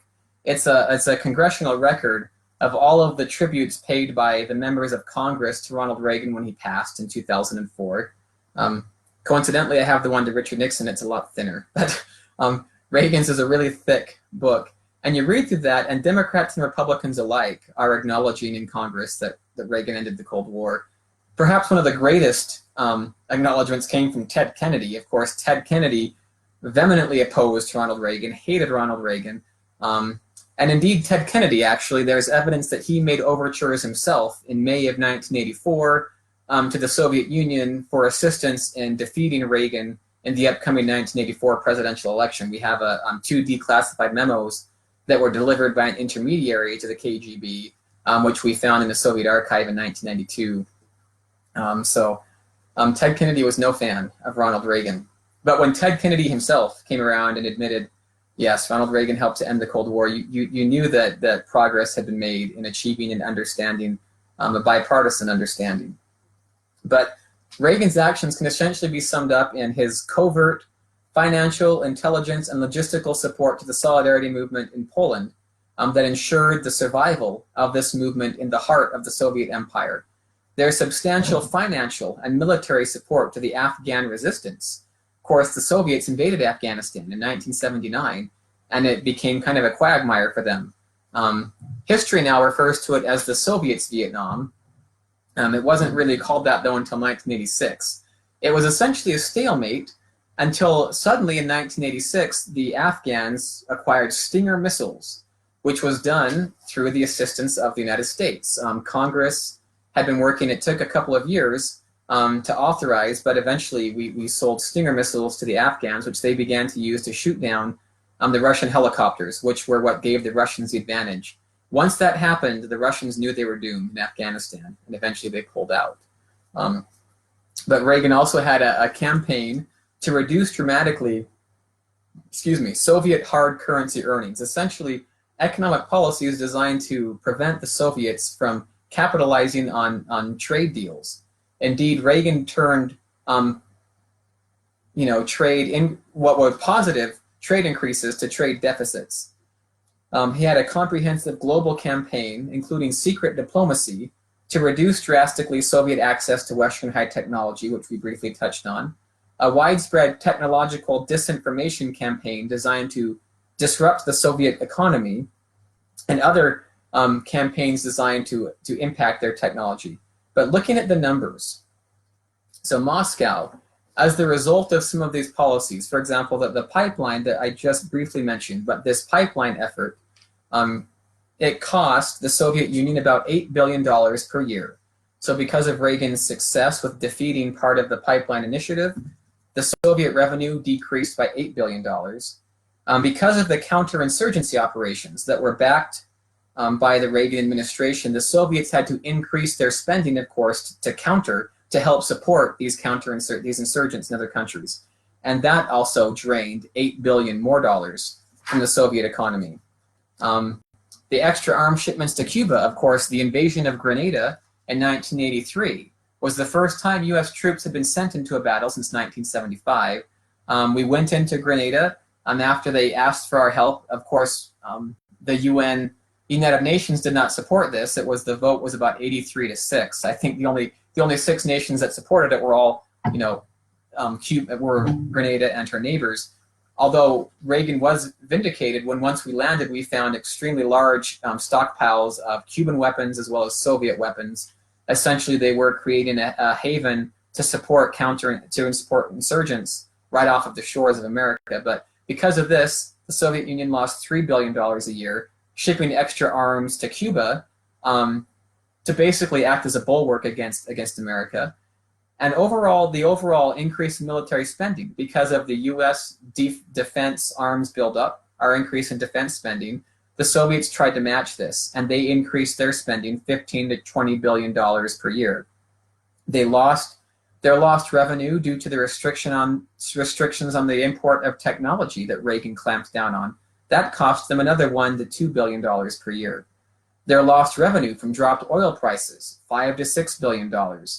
Because of their extra aid they had to send to Poland. Of course, Reagan, great story about our efforts in Poland to secretly support the Solidarity movement by shipping in everything they needed to communicate their message: paper, ink, fax machines, copiers, printers, shipping these in secretly as coffee makers, as general home appliances in packages marked as such, and yet they're being distributed secretly to these secret clandestine groups promoting the message of solidarity. And this is where we also had the help of John Paul II, where Reagan and John Paul II formed their great holy partnership. So close indeed that Reagan actually called John Paul II his best friend. When throughout his later life, Reagan said that. He says, John Paul II was my best friend. They developed a very close friendship. They both survived an assassination attempt only 6 weeks apart. Reagan in March of '81, and then John Paul II in May of '81. John Paul II's assassination attempt actually did have connections to communist governments. But both of them felt that they had been spared by the hand of God to fight and defeat communism. And that was a very intimate and personal experience for both of them. When they first met, they talked about it. And at their several meetings after that, they shared a very close kinship. So the extra aid to Poland cost the Soviet Union another $1 billion per year. And so if you add all of this up, 15 to 20 billion here, it is well over $43 billion. Well, at the time, the total hard currency earnings of the Soviet Union were approximately $35 billion per year.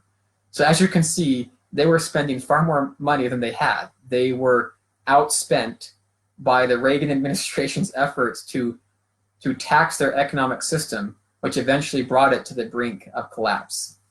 Now we're coming up just on 8:30, and so before I'll think of questions you want to ask. So please think of some questions to ask.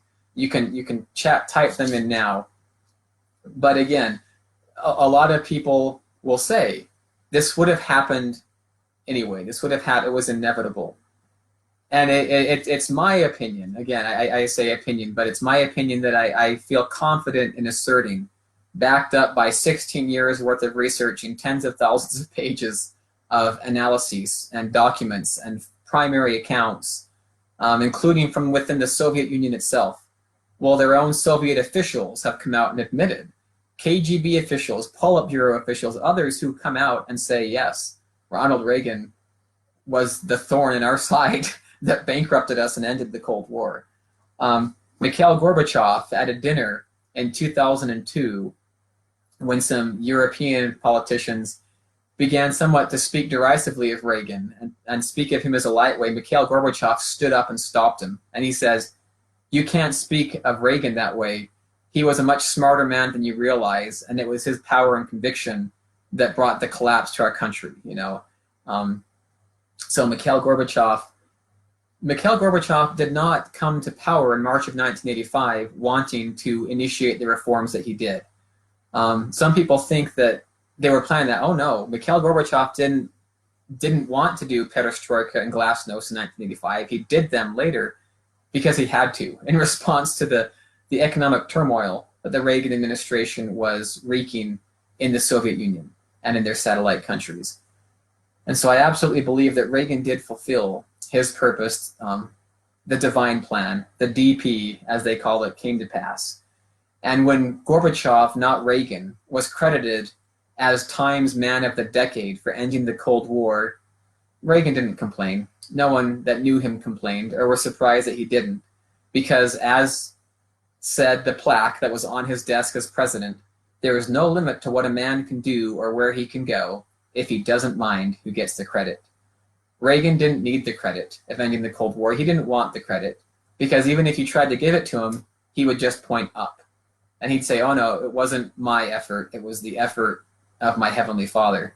Indeed, later in life, when people would approach Reagan on a park bench by his Bel Air home where he often went and sat for his walks, and people thanked him, when waitresses even would approach him in restaurants, waitresses from Romania and other countries approached his family on several occasions that we know of and thanked him for bringing freedom to their countries and for bringing freedom to their families. Indeed, Ronald Reagan has more statues abroad than any other US president, and these statues mostly are in former Soviet bloc countries. To go to Poland, you go to their capital, and you see right at the heart of their city is Ronald Reagan Square. There are statues of Ronald Reagan from Poland to Czechoslovakia to Romania to other countries. In Poland, indeed, the statue is Reagan and John Paul II walking together, working in their crusade, planning their crusade to end the religious slavery that many of these people were forced to endure. And so at this point, I don't think there's any research that will come out that will change my opinion. I've seen all of the research that contradicts the claims that I've chosen to acknowledge as the most likely and the most accurate. Indeed, the Will Bunch's famous book, Tear Down This Myth, is so full of holes that it's like looking at a brick of Swiss cheese. Many of his economic numbers, for example, that he attributes to Reagan were actually from Carter's economic policies. But try as they may, the critics, which are becoming much fewer and farther between, of Ronald Reagan's efforts to end the Cold War are beginning to finally begrudgingly admit that yes, he did. John Lewis Gaddis, perhaps the most renowned historian, that there is no greater expert on the Cold War in the world. He's considered the world's foremost expert, and even he, in the last 10 years, has begun to write editorials and mention in his books Reagan's significant role in ending the Cold War. And so you can confidently answer to people that yes, Ronald Reagan ended the Cold War. It may have ended eventually. Again, we don't know what would have happened. We always like to play armchair historian and make predictions for the way things could have gone. It may have ended differently eventually, yes, but I can say with complete confidence that the Cold War would not have ended when it did if Ronald Reagan had not been president. So with that, I will open it up. I don't see any questions in the comments. So I don't know if there are questions out there. I don't think I'll go too much longer. Like I said, I skipped about 5 pages of my notes on much of many specific policies and Reagan's second term in particular that perhaps I can touch on later, but I don't want to keep you all too much longer tonight. But thank you, Jan, for your comments. And again, I as a historian, you know, we are objective, and I try to be objective, but I also recognize that every historian has their personal biases and thoughts and opinions, so I just come out and admit mine. You know, I'll just come out and say, you know what, this is where I stand personally, but I recognize that if you think differently, I like to legitimize and validate that way of thinking as well. Because a lot of times our views on presidents hinge on our views of the country, of America. And there are different interpretations of America. There are different ways that people look at our country, and that's totally fine. That's why we have America. We're not meant to be a one thought, one party, one idea country. We are meant to thrive on our differences of opinion. We are meant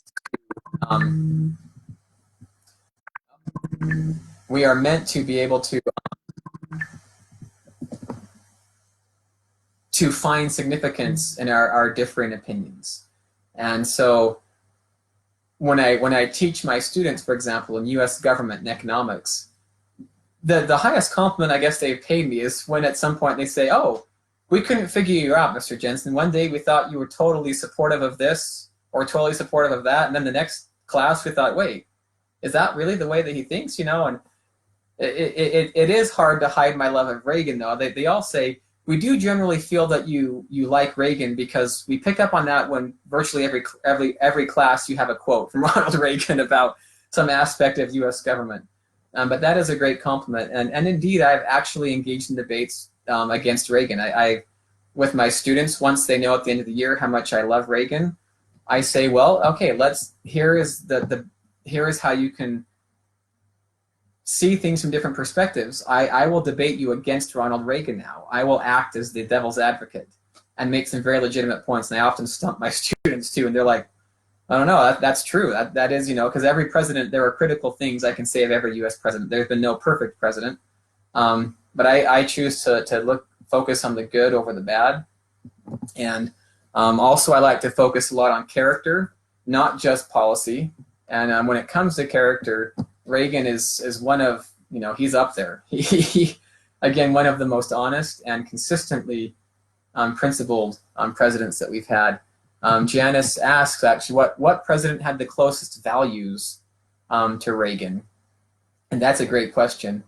One of the ones that comes to mind actually is Calvin Coolidge, whom Reagan himself greatly admired, because Calvin Coolidge believed very much in free markets and in the power of the people.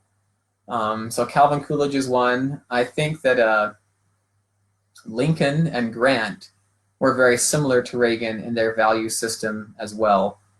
And when I answer that, I'm talking personally, not just political values, but personal values in terms of honesty and consistency of character. Probably not many other presidents in the 19th century were very close. A lot of them were more politician in nature than just service in nature, I guess. And so yeah, thank you those that are thanking me for sharing my thoughts tonight. It's been absolutely my pleasure, and I'm still thinking about your question, Janice. Of course, I might have a different answer for if we just focused on political principles. What presidents were closest in line with, and that's a good question. Reagan really was kind of a maverick. He really was a cowboy. I mean, there are similar elements with many presidents, but many differences as well. I mean, I could point out significant similarities with even Nixon, a president. You know, Nixon saw Reagan as more of a rival than an ally, but there were some similar in certain policies, even with JFK and other leaders. There were certain similarities, even though there then were also very drastic differences. And so, Janice asks, when is the next lecture? Nothing is scheduled yet, so I'm not sure. And my mom is talking about an experience that she had at CBS. When Reagan was running for governor, she worked at CBS, the studios in California, and Reagan was coming in to do an interview, and they said anybody that is interested and that would like to can go to the break room to meet Ronald Reagan. And of course, most of the workers there were Democrats or liberals, so my mom went. She was the only one there. You know, no one else really cared to go and meet Governor Reagan. And so she was able to meet him then and have that experience with him. But any other thoughts or questions generally on Ronald Reagan, whether it's about the Cold War or anything else about his personality, his character, his life in general?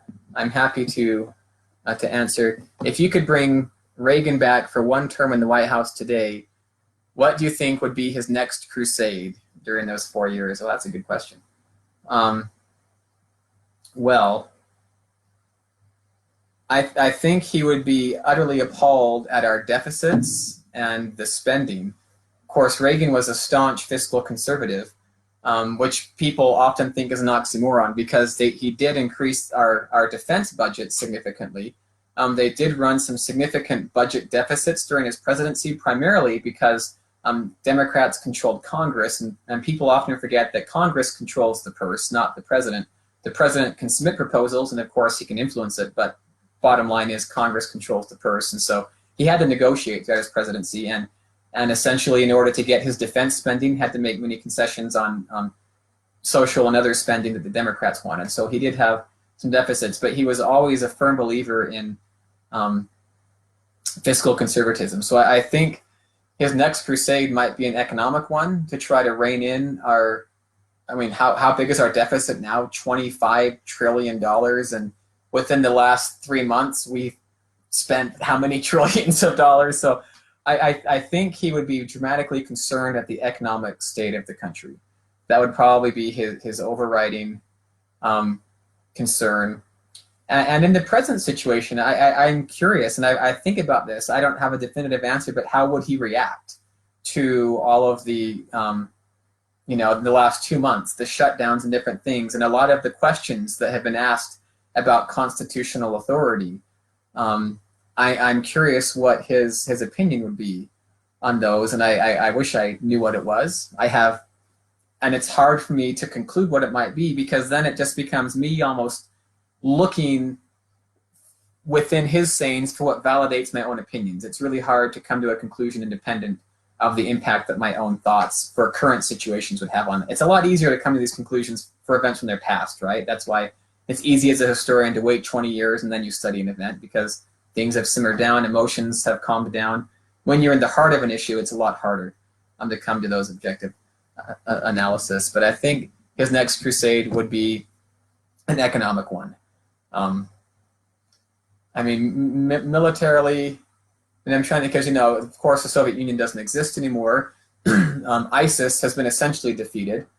But he always took great pride in defending America as well, recognized that was one of his greatest responsibilities as president, is to defend the country. And yeah, it would be interesting. And of course, he said he believed America's best days were ahead of her. And there are times where I just feel like, are these it? No, are these the best days? But our history is full of ebbs and flows. As much as we are divided right now, it's certainly not the most divided we've been. It feels like it.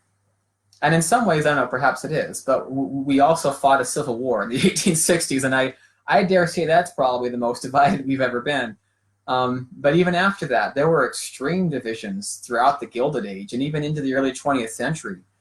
Very passionate divisions between different regions of America. Racism was a huge part of that as well, between racist parts and non-racist parts of the country. So we have had our fair share of division, as well as presidents being attacked by the media. Reagan himself. It's interesting. One of the myths, I think, that's promoted a lot now of the Reagan years is that there was some great degree of bipartisanship. And to a degree there was, but when you actually read what was said about Reagan, a lot of the attacks and the insults were pretty pointed. We talk about Tip O'Neill and Ronald Reagan, Tip O'Neill, the Speaker of the House, and people talk about their friendship. And Tip O'Neill actually had a lot of bad things to say about Reagan, a lot of bad things. After the Evil Empire speech, for example, when people were criticizing Reagan for using the word evil, Tip O'Neill actually used that word to describe Reagan. He says, "The evil in the world is in the White House, where a cold-blooded monster has ice running through his veins." Well, that's what Tip O'Neill said of Ronald Reagan, and supposedly they were the great symbol of, you know, friendship and bipartisanship. But Tip O'Neill, Reagan didn't say anything back. In Reagan's journals, he often wrote privately about how, well, Tip O'Neill said this about me today, but I'm just not going to say anything back, you know. And Reagan was aware of these insults, but he didn't mind. He's like, oh, that's okay. And so Brandon asks, you mentioned he felt political parties had lost their way in his day. What do you think his views of parties would be now? And would he perhaps claim no party? Reagan, yeah, he absolutely felt that the Democratic Party had shifted significantly from the 1930s to the 1960s. He felt that, especially LBJ's programs, there was too much creeping socialism, as he saw it, entering into U.S. policy. And even in hindsight, actually, it becomes clear that there were aspects of the New Deal that many people didn't actually fully understand at the time. Of course, FDR was a very popular president, In historical hindsight, a lot of the luster of his presidency comes off. A lot of the shine and the gloss gets a little dimmed down as we recognize now that his economic policies actually did very little. They actually, some people believe, prolonged the Great Depression, and indeed they led to the Second Great Depression in 1936 or 38, which another one happened because of his economic policies, which led to the Republicans steamrolling Congress in the 1938 midterm elections. So, so his views of parties today, I do think that he would speak out against a lot of the hypocrisy. I think today we're very tribal today, to the point where we don't care anymore about honesty. If someone says something that's a rallying cry for your party, no matter how true it is or how false it is, people just generally rally around him. Oh, I don't care if that's not true. It makes me feel rah, rah, rah, and it's just, there's a lot of tribalism today, which has been developing since probably, the near the end of George W. Bush's presidency.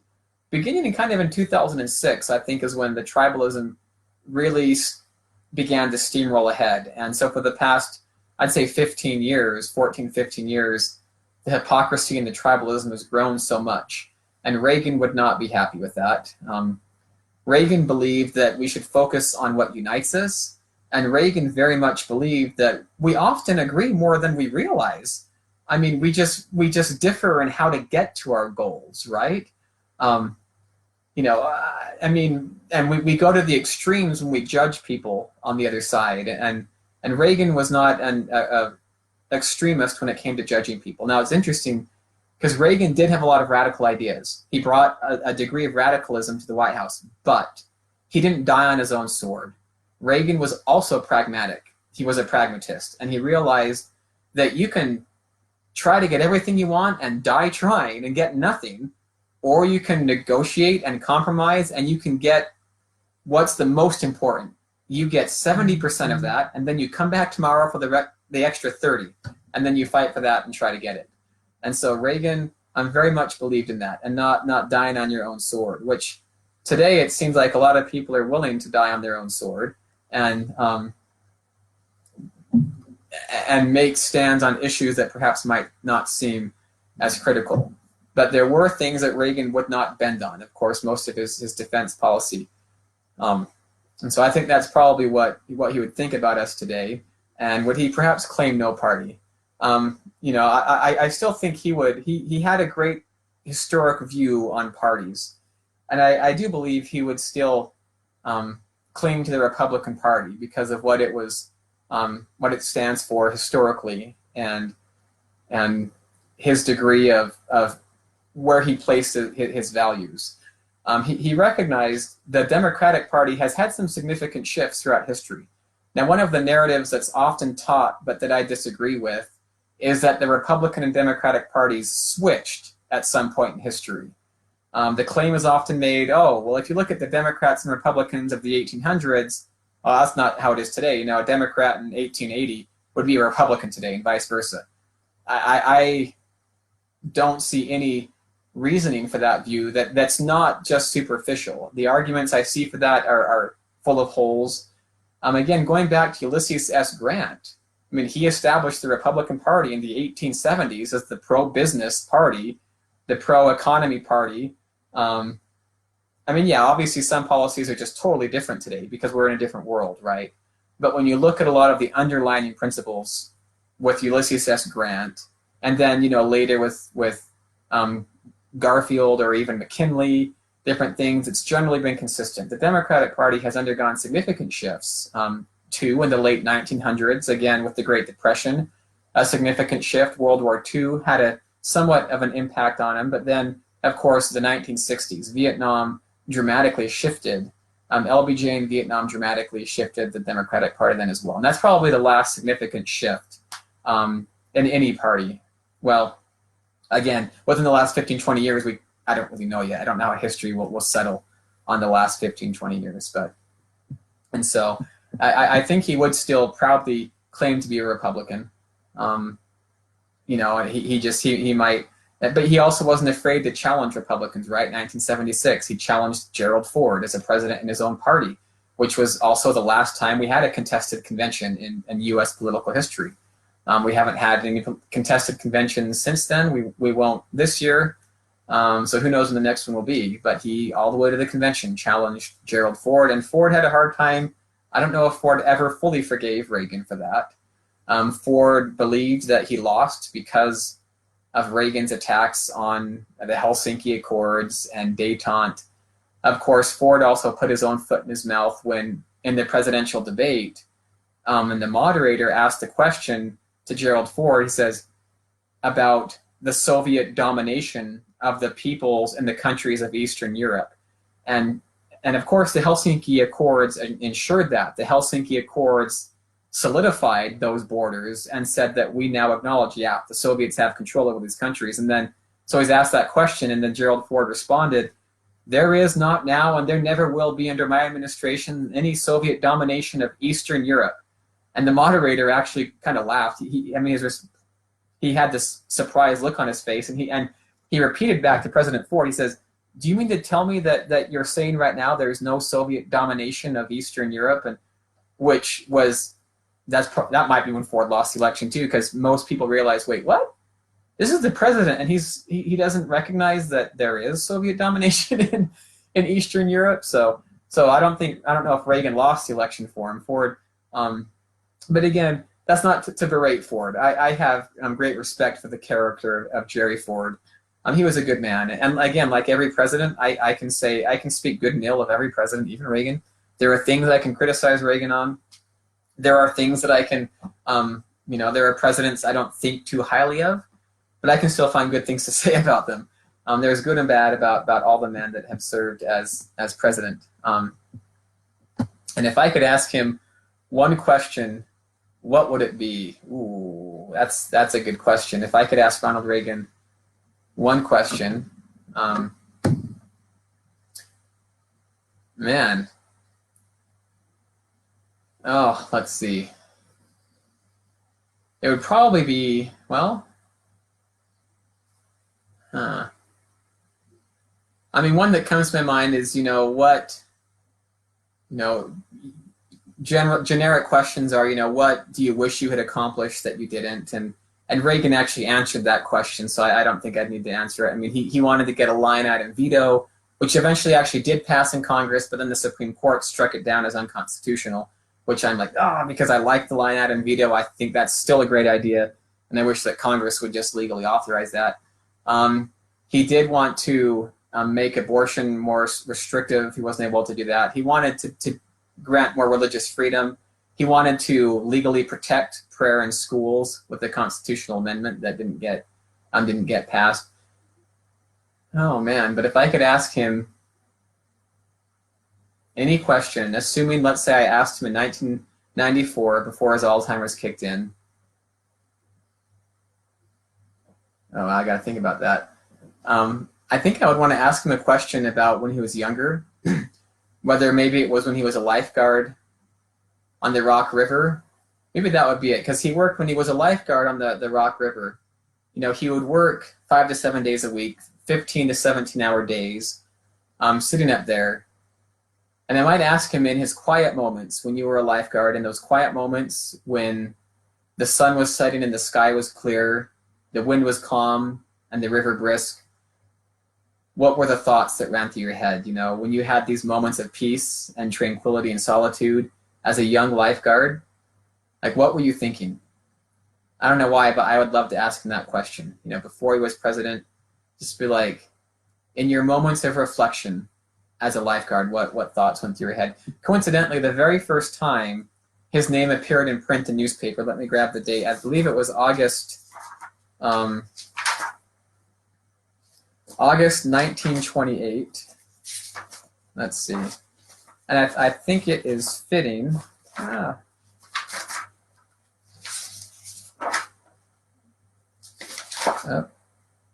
Well, maybe I won't be able to find the exact quote. But I do think it's fitting. The first time his name appeared in print in the newspaper was August 1928. and it was for saving someone's life. It was, as a lifeguard, it says, young lifeguard Ronald Reagan has saved the life of this individual today. And that's fitting, I think, because that's how he saw himself, was as a lifeguard, not just of people, but of liberty and of freedom. He saw himself as a lifeguard of religious freedom for those in Eastern Europe. And he never lost sight of that role as one who was meant to save, as one who was meant to prolong life and to grant life lived in freedom. Even when he had his Alzheimer's in the late 1990s, so his memories were leaving, but he could still converse somewhat before he had lost all of his faculties. The memories that he held on to the longest were as a lifeguard on the Rock River. They said in his final years, those were the last memories that he could lucidly recall and talk with people about. And the painting that he had in his home that he found the most satisfaction from in his later years was a picture of the Rock River, the spot where he was a lifeguard. So that was the role that stayed with him his whole life, from the beginning to the end, kind of the bookends of his life. Ardith asks a great question. Of course, one that I've been asked a lot: do I see any similarities between President Reagan and President Trump? And the obvious answer is yes, there are similarities. Are there differences? Yes. But there are similarities. Both of them came to Washington with fairly radical ideas. Both of them were seen as outsiders. Both of them came into Washington without the support of the political establishment, and the political establishment generally looked down upon both of them. It still does on Trump, and it did on Ronald Reagan. Another similarity is President Trump, for better or ill, right? He speaks his mind. He has some very rough edges, right, in the way that he communicates. And Reagan, I don't know if his edges weren't quite as rough, but he did communicate very radical ideas. I mean, he called the Soviet Union an evil empire. That's pretty aggressive language. So Reagan and Trump they could both speak in a bellicose way. Reagan, to the differences, I don't think Reagan didn't have nearly an ego as President Trump does. I do think President Trump has a very large ego, and Reagan certainly did not. So that's one of the key differences, as well as Reagan, where he stood on political issues was never in doubt. He had a very consistent track record over several decades. And Trump, I think we had a little harder time figuring out certain things. So that there are differences, but there are similarities as well in terms of how they communicate and how they approach certain world issues as well. Trump is willing to go it alone on certain things if he needs to, which Reagan was as well. I think about Trump and Kim Jong-un. Trump becoming, in what I think was one of his great accomplishments of his first term. Of course, not a lot's come of it yet, but the fact that he met with North Korea's president, dictator Kim Jong-un, that's significant. And I think Reagan would have applauded that. Reagan would have probably also gone about it the same way. Of course, Trump, prior to that meeting, was speaking very pointedly about North Korea. To such a degree that people thought he was trying to start a war with North Korea, because Trump was speaking out so pointedly against them. But then that brought them to the table to meet with us. And that's kind of how Reagan approached the Soviet Union. Reagan spoke pointedly about the Soviet Union. But eventually, the Soviet Union realized they could also trust him. Because I think another similarity, both of these men are willing to negotiate from a position of strength, and they also don't want to tell our enemies what they won't do. Again, kind of like Reagan said, we need to make them, we want our enemies to wonder what we will do, not know the line that we won't cross, if that makes sense, because it gives you a stronger position to bargain from. So I think that's another similarity in how they would approach foreign policy.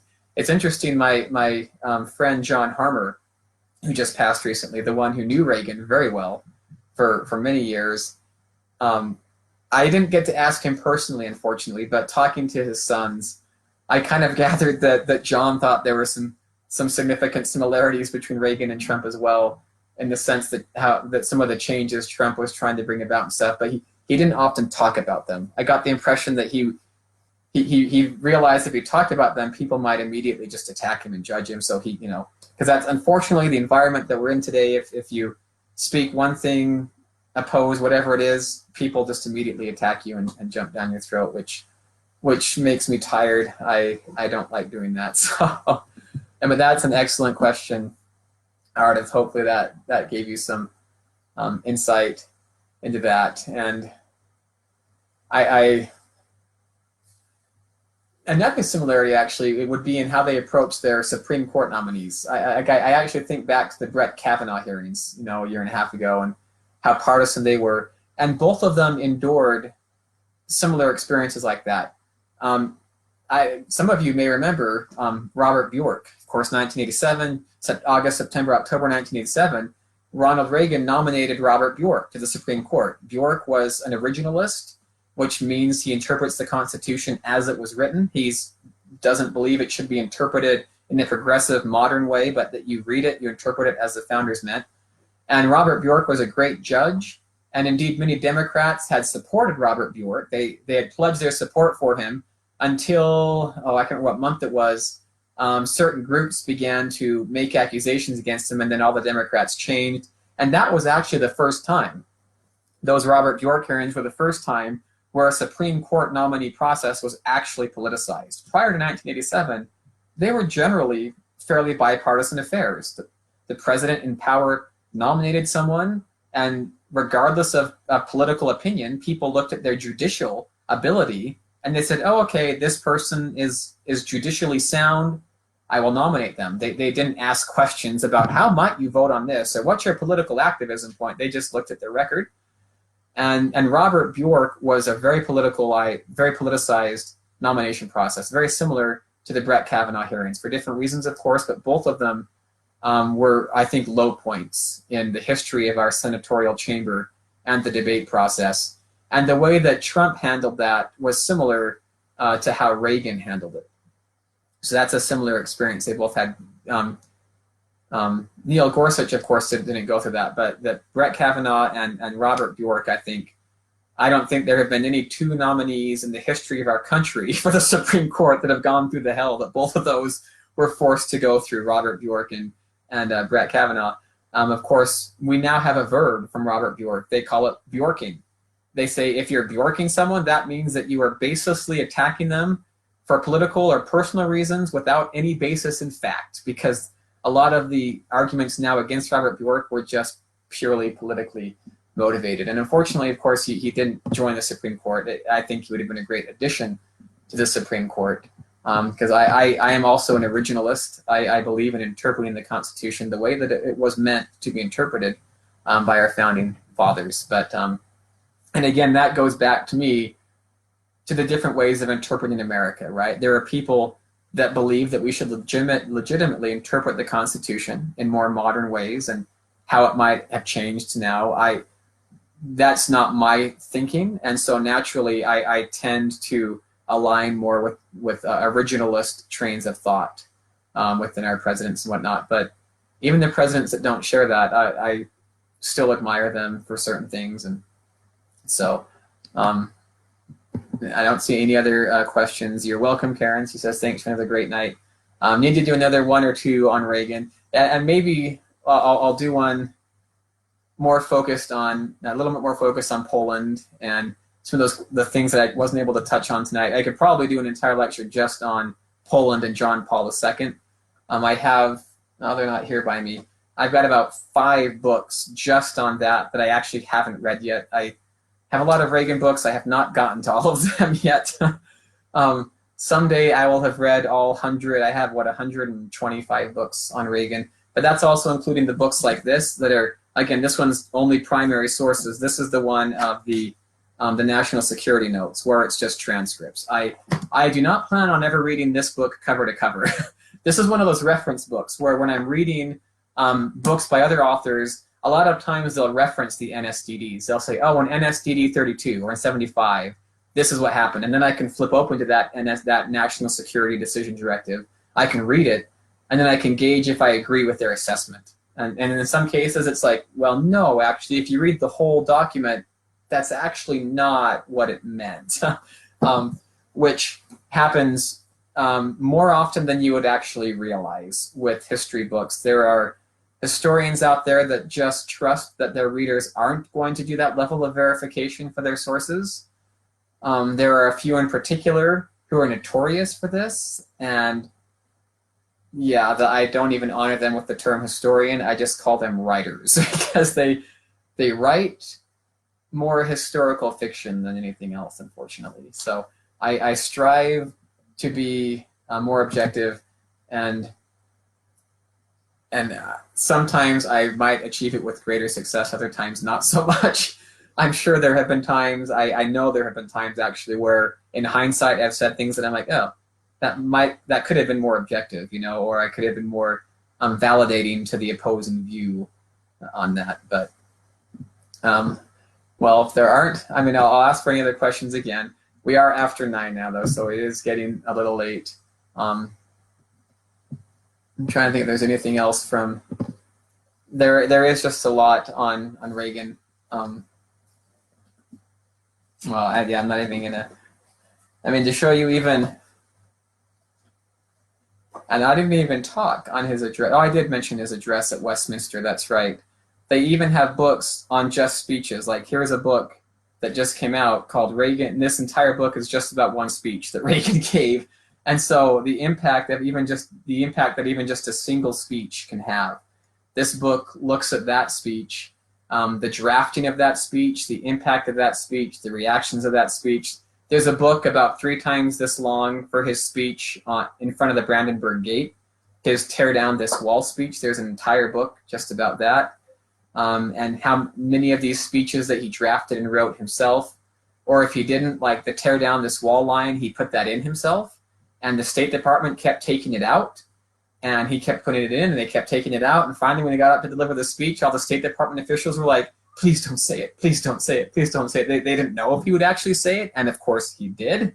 Now, Mr. Gorbachev, if you seek peace and liberalization, if you seek for Eastern Europe, come to this gate, you know, open this gate, and he builds towards it. Mr. Gorbachev, tear down this wall, you know, and I still get the chills when I hear that. I've heard it I don't know how many times, and I still get the chills when I picture this and hear him saying that. So Janice asks, do you think about writing a children's book on Reagan? I might be able to do a children's book. I couldn't do a full-on scholarly work, secondary work, but I might be able to do a children's book. I've thought about doing one on the Titanic, actually, and I have a book I want to write called Linford the Lazy Leprechaun that I've already started. So hopefully I actually do want to try to get that kid's book published on Linford the Lazy Leprechaun, which is a story I had to make up spontaneously when I put myself on the spot a few years ago with my kids. And actually I'm like, hey, that wasn't too bad of a story. I think I could work with this. So I'm going to try to write that for a children's book. And Jelly Beans, yes, Jelly Belly, if you go to the Jelly Belly headquarters, they actually have like a tribute to Ronald Reagan, because Ronald Reagan single-handedly saved the jelly bean industry and made their sales dramatically increase. Indeed, the phrase jelly bean diplomacy comes from Ronald Reagan, where people would come to the Oval Office to negotiate or talk and things, and if things got heated or tense, why, he just picked up the jar of jelly beans and passed it around the room. And I guess he found that when you've got a little ball of sugar that tastes like watermelon in your mouth, you're a little bit happier. So he often used them in cabinet meetings as well. But I don't have another lecture scheduled. We'll see if I do schedule another one. Possibly, we'll see. We're mid-May, maybe another Reagan one. Are there any requests from those who are here, whether it's another Reagan one or a different president or a different historic event? You know, a lecture on Nixon or Hoover, unknown presidents, random, you know, any historic event. You feel free to submit any requests, and if I feel qualified, I'll do a lecture. If not, then I'll politely decline, which is a possibility. But